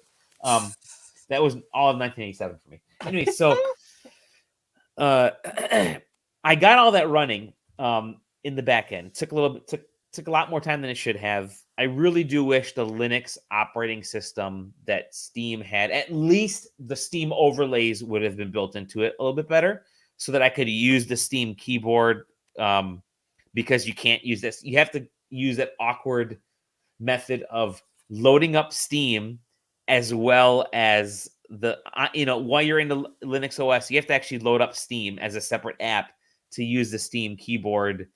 Otherwise, you have to load up. You have to download a whole app and go through a bunch of like hoops and stuff. But once I went through all that, getting itch games to run on the Steam Deck and loading them in. Obviously, you load other products into Steam that aren't related to Steam. I think that's an awesome feature. And just running it through Steam was pretty cool, because here I am buying 1,000 products, music, books, posters, movies, games, and the majority of the ones that I've tried that I bought have worked really well on the Steam Deck, button wise, layout wise. And this is, again, I'm running itch in the background on Linux OS. Taylor, you're gonna be proud of me. You're probably like, my boy is all grown up now. He's learning Linux. No, I loaded up itch, downloaded the app, got the software, downloaded through there, and then installed it through Steam within Linux, and then it ran Steam on the Steam Deck proper. And I have all these games now. It's so cool. But you have to do them manually, individually, each one, because that's just the way Steam works. There's no like bulk import of there's no bulk import of keys right now. Click the first one. Exactly, and itch doesn't quite work that way, anyways. But it was cool. Like, I'm playing. What's the there was that game that Chrono. What's the Chrono Trigger ass game that came out last year? Not Crystar. It was a game kind of in that sort of same vein. It was like a RPG. Crosscode. Yeah. I was hesitant. I wanted to buy Crosscode. I wanted to try it. I bought it for $10. That and like 999 other games for $10. And I've been playing Crosscode on the Steam Deck. And that's cool. And it even has the icon to pop up. And I played Skatebird, and I played Celeste. I've already played Celeste on the Switch, and it's pretty cool. There's, again, someone who, like me, used to be really big into hacking his old computers, who's moved away from that just from a time constraint standpoint. And I need to get shit working quick. I can't dick around in the back end anymore because I don't have the time to do it. I used to love doing it, just don't have the time anymore. And that's a fault of my expectations of the Steam Deck. Like, I just don't have the time to fiddle around with it. But you can get everything working, which is really cool. Again, playing these on the Steam Deck, I'm like, oh, this is awesome. There's still a couple hoops you have to jump through. I still but would you want. have to get to the point where it's playing.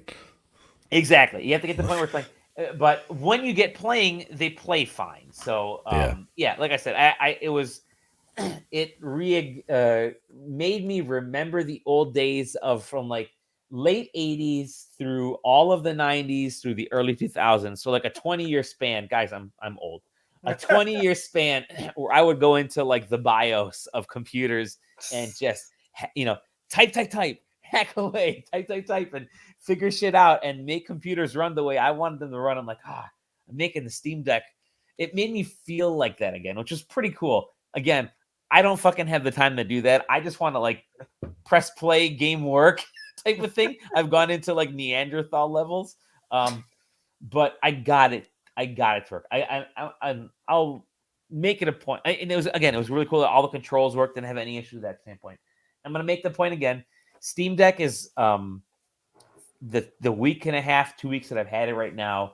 It's gonna be, there are kind of two layers. One layer is if you already have a Steam library built up, this is just another way to play those games. It's still a little big, but it's not a deterrent. Like the console size wise, it's not really a deterrent. It's the bigger thing. I'm not going to take it with me on vacation. I'll take the Switch because it's smaller.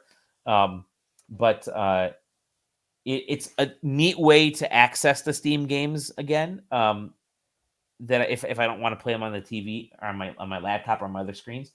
And then the other aspect that it's cool is that it lets a brand new gamer, if they just stick to just the Steam games that are made for Steam, they'll probably have a pretty good experience with it. In the face of the bad OS design, which I still have issues with, they'll probably have a good experience with, like, there's like over 1,000 Steam games have been verified for Steam Deck right now. I think we were reading, and there's more every day. And I think it's, if Steam can somehow say, we want every game on Steam, or here's like the parameters to get your game verified on Steam Deck, and we want every game going forward that's released on Steam to be Steam Deck compliant. Every cool game McCool type of stuff. That way, I think is a pretty cool feature, because then the Steam Deck becomes a sort of long-term thing. Otherwise, if you have a game that you're gonna need a keyboard to play, like Cruelty Squad, it's available on Steam. It shows up in my Steam Deck. Can't play it, and I sure as hell am not gonna plug a keyboard in, even though it's like, God, it's there. Why can't I play it? It's in my library. I can't play it, and so I do think that like Steam should prioritize. It's going to be very, very funny when at PAX you pull that thing out and Taylor like fixes every negative problem you have without doing almost anything. I'm literally gonna have a wireless keyboard and mouse with me, plug it in, and like it's gonna be go time. It's gonna be real funny, because you'll be like, oh my God, Dolly, you didn't click this tab here. Did you not see that they have a whole section for how to improve your Steam? That's literally what it's going to be. But no, I do. I guess I do hope that like Valve says, this is what it takes to get your Steam. Like, I really do hope they prioritize even more the games that are 100% verified for Steam, are going to work 100% of the time.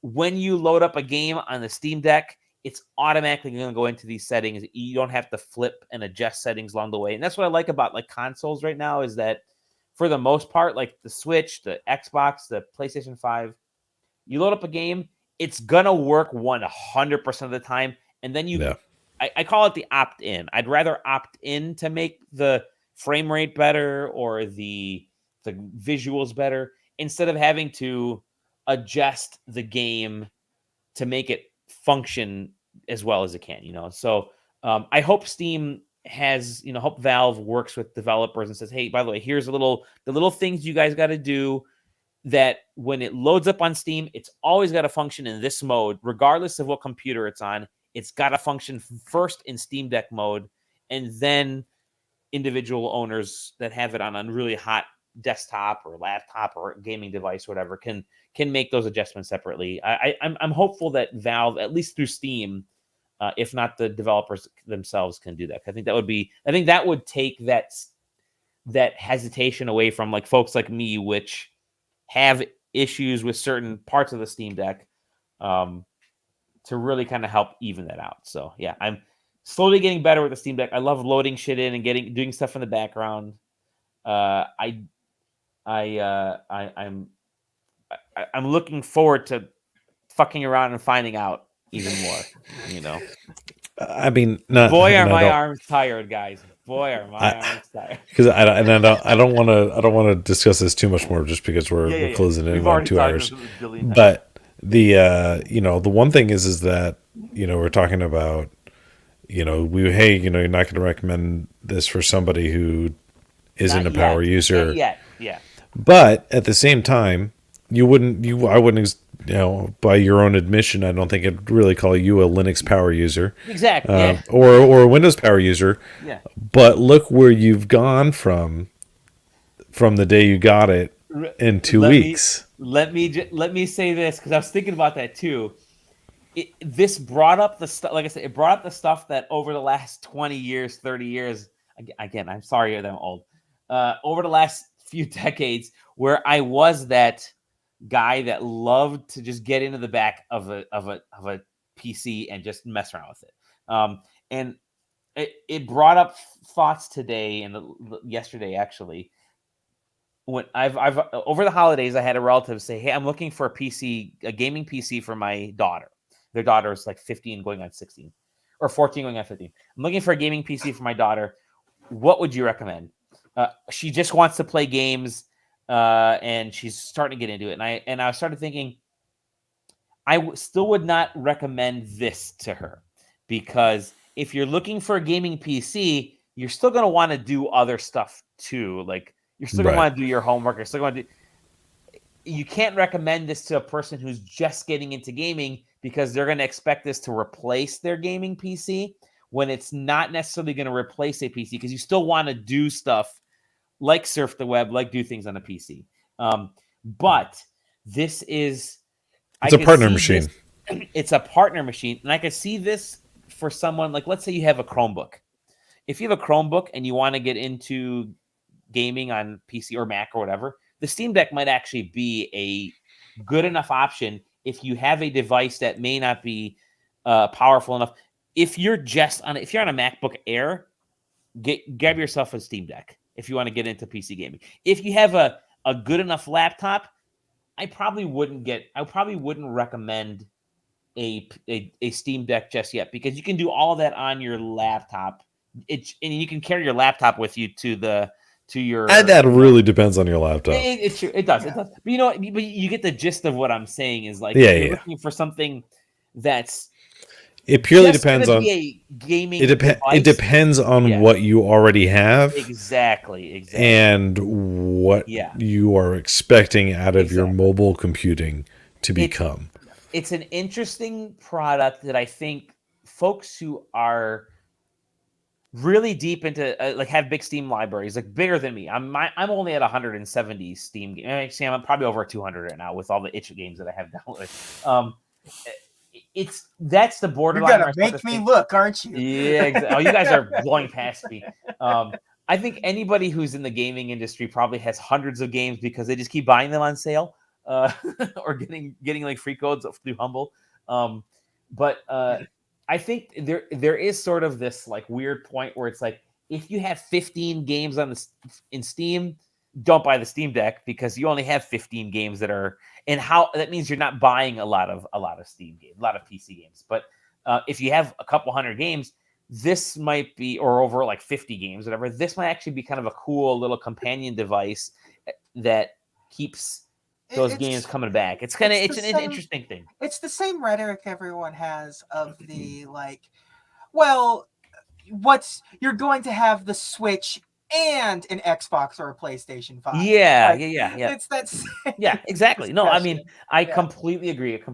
It's it was remember the Wii 60 days, right? You're gonna have the a Wii 60. You had the 360 Wii and a 360. and neither of them was going to replace what the other thing was going to do. Yeah, they were this doing is two completely different things, even though Yep. they're in the same marketplace. They're doing exactly, things completely and like, different and that's things. why I bring up about like the Switch, because there was this rhetoric that came out, which was like, is this the Switch killer? Absolutely not. The Switch is the Nintendo device. It is it's designed to be 100% works. Anybody, 100% I of mean, the time, you know. and in It's a full admission is that different any headline that says "Is this a Switch killer?" is baiting because totally baiting. they know the device looks like a Switch, That's and exactly people it. All I was gonna and say. they're just harping on it. It's like, well, no, is a Switch the is it a portable TV killer? I don't know. You know, is a Switch an iPad killer? Well, no, but why would you even? And so This is like the classic is blank MMO the WoW killer. It's like no, WoW 2 is still going to be the WoW killer the when WoW eventually exactly. whenever it comes out. Fantasy 14 may have been the WoW killer because that one was pretty damn. Yeah, Final Fantasy 14 was like the WoW. The only yeah. was the WoW damager. But honestly, I mean, WoW right now, WoW was the WoW killer, but or Blizzard was the WoW killer as it slowly tried to end itself. I think you know, this is I'm much more used to the device now this week than I was last week. I've fiddled with it. It's yet another dumb dolly. It's yet another gaming device that I have to play. That I have like my stack of them over here, and I've been saving money. I've been taking on DJ gigs, and you know, kids, save your pennies. Stop spending the government money they give you and buying all these consoles. But no, it's yet another gaming device that I have to play around with. But it's again, and I granted I had trepidations about the Switch when the Switch was first announced. And JJ, you maybe you were on the podcast time. I don't remember. It was a few years. It was 5 years ago. God Almighty! Yeah. Holy crap! But I remember talking to Sam and to Robin at the time. And I forget who else was on the show at the time. Maybe Mike Bachman, maybe somebody else. And I said, who wants a device that you take when the Switch video first came out? I don't want a device that I have to dock and undock. I just want a console that plays in the that's what Nintendo's lost me. And I think I have it in a podcast. I'm like, this is a stupid idea. It's never going to fly. It's never going to go anywhere. And now it's my main device for gaming because I can watch TV, hang out with my family, and play games. And I know they're going to work, right?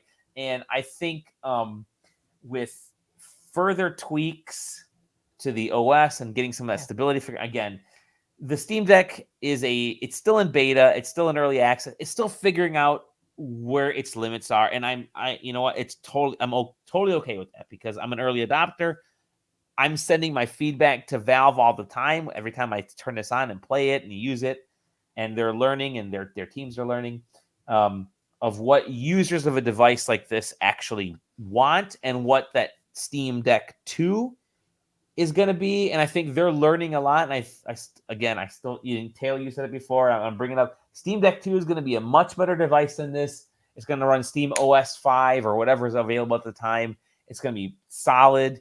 It's going to know where it is in the market. And it takes time for devices like this, which is a very new PC device, PC gaming platform, to figure its way out and get resolved. But again, I love playing with itch on this thing and getting those loaded. Now that it took me a good half hour plus to figure out how to get itch on there, mostly because I was fighting the OS and the touchscreen and the little screen and trying to do stuff. And then I got the wireless mouse and I plugged in the keyboard, all that kind of stuff.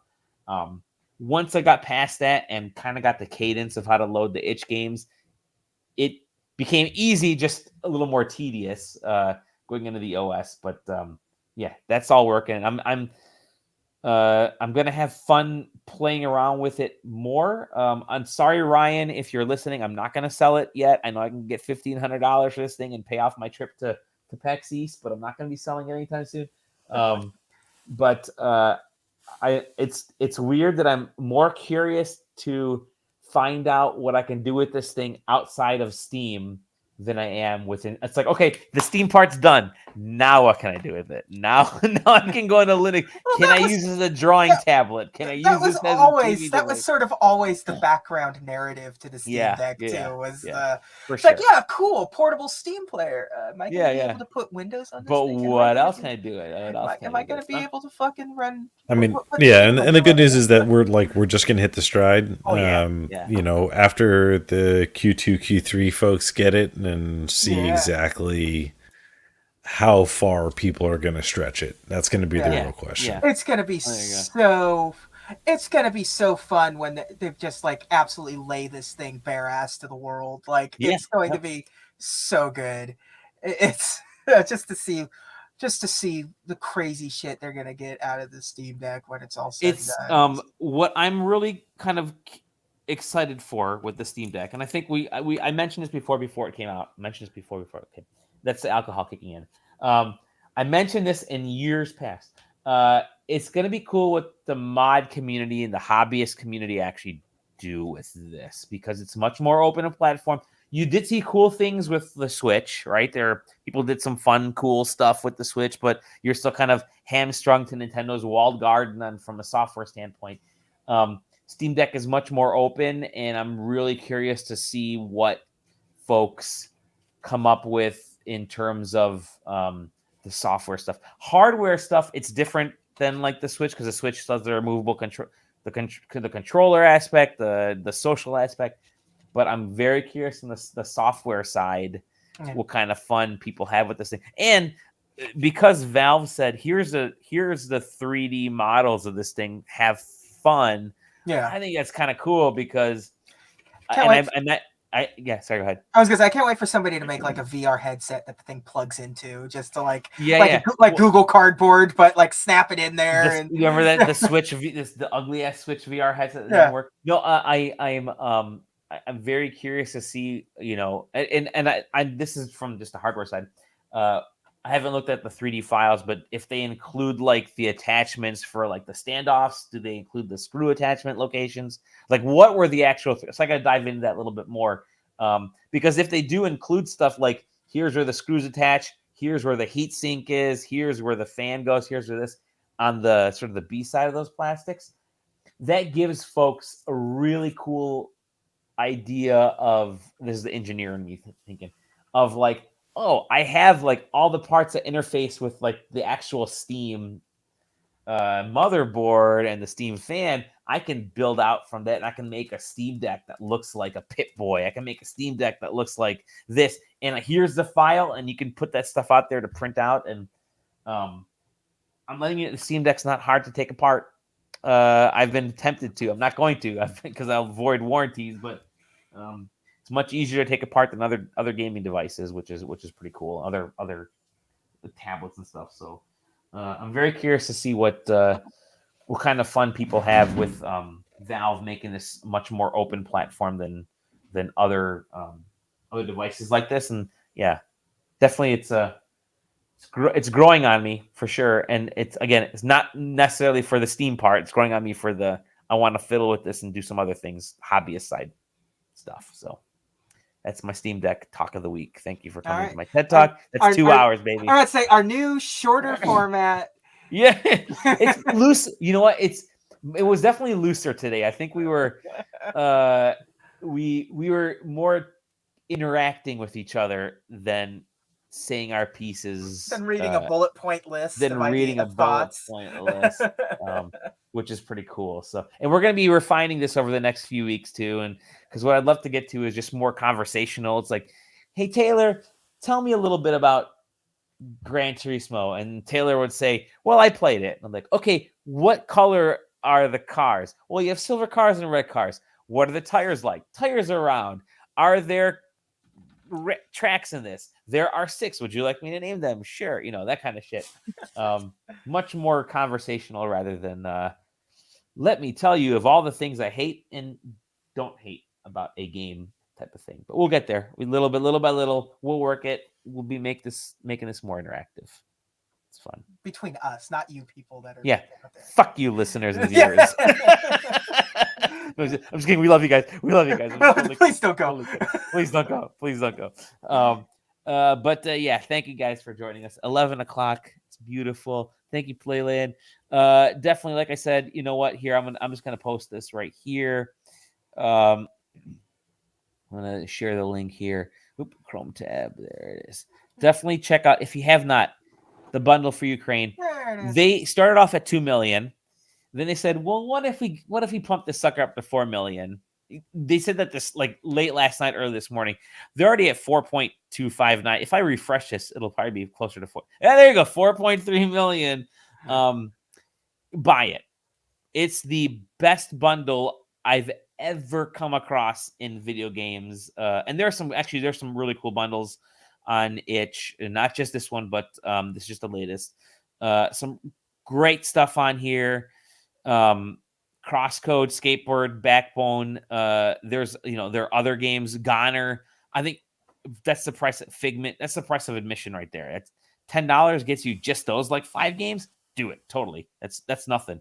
Wander Songs on our shit. I didn't even download Wander Song yet. That's awesome. Super hot. Hell yeah. By most missions, Super hot. Celeste is already the $10 game. Yeah. Exactly. Like I said, some of these games are like $10, $20. Like Crosscode is $20 on every platform, and it's a penny. There are almost 1,000 games tabletop market. It's a penny on here. You cannot beat that, and it's going to good cause. Yeah. It's just if there's like even 2 games on there, Baba Is You is well worth $10 Baba by Is itself. A Short Hike is phenomenal. It's such a cool, chill game. Oh, it's so good. Bury Me My Love is like really thought-provoking, and there's Celeste. Minute is great. It's like a little Zelda roguelike. It's a crazy little Game by way Boy of Zelda. Game Boy. Yeah. So yeah. Oh, there's a couple of versions of Minute. Oh, there's the Fun Racer. That's cool. I never played that one. So there you go. I have another all game. The Tower Falls are on there. And those are all the Tower Falls. Anyways, check it out. Bundle for Ukraine on itch.io. There's that new comics bundle over at Humble Bundle. If I'm going to start talking about comics more, that's right. Catch up on Saga, everybody, because it's got all the original run of Saga is available for like right now at the Humble Bundle. Yep. So. It is the where was it called? It's called the Leading Ladies, the Leading Ladies bundle. Yeah, definitely check it out. Leading Ladies bundle. It's got Saga, it's got Monstrous on there, Bitch Planet, Paper Girls. Yeah. Awesome stuff. Anyways, that's it for the side quest this week. It's been fun talking to my peeps, and that will be both of you guys. No Zach to talk to us, which is why I was able to talk a little bit more about Project Triangle Strategy. Stole his minutes, but you're gonna see us at PAX East in a little over a month. Will be kind of fun, and we'll definitely be hanging out over there, checking out some cool games. We're gonna have some previews going up on some stuff over the next couple of weeks here, I guess. I think my embargo is up next week. I gotta check, but for this game that I previewed, and I will say this: the preview, the demo I tried, and I can't tell you what game or anything, but I tried it on the Steam Deck, so I'll have thoughts about this preview. And the developers were surprised that I was using the Steam Deck, which was pretty cool. Because they hadn't done that yet. I'm working on a ridiculous review video right now. Nice. Nice. That'll be fun for everyone once that's finished. I'm teaching myself video editing, so it's becoming. I think that's awesome. It's a long process, but it'll be worth it in the end. I've got to figure out how to do reviews on TikTok. That's my next. There you go. You got to do. You got to do a dance. I got to do a dance. SideQuesting.com. SideQuesting on Twitter, SideQuesting TV on YouTube and Twitch. You can see at Dolly Demofsky for me, at Taylor Bliss. Taylor Bliss, that's me. Don't follow me. Don't follow him. At _double_J. And find us in the Discord, in the SideQuesting Discord. We have a good time in there. Thank you to all of our viewers and listeners. You guys are awesome. Thank you for chatting, Playland, Stefan, and a bunch of other folks who are our regulars and hop in all the time. And all the new folks, lovely new people. We love you guys, and gals, and pets, and ghosts, and goats, because maybe goats like to watch too. You Yeah. really had a couple too many, I think. Yeah, I think I had. It was a starlight. It was a starlight that got me. Yeah. See you on the next episode of The Side Quest. Bye, everybody. See ya.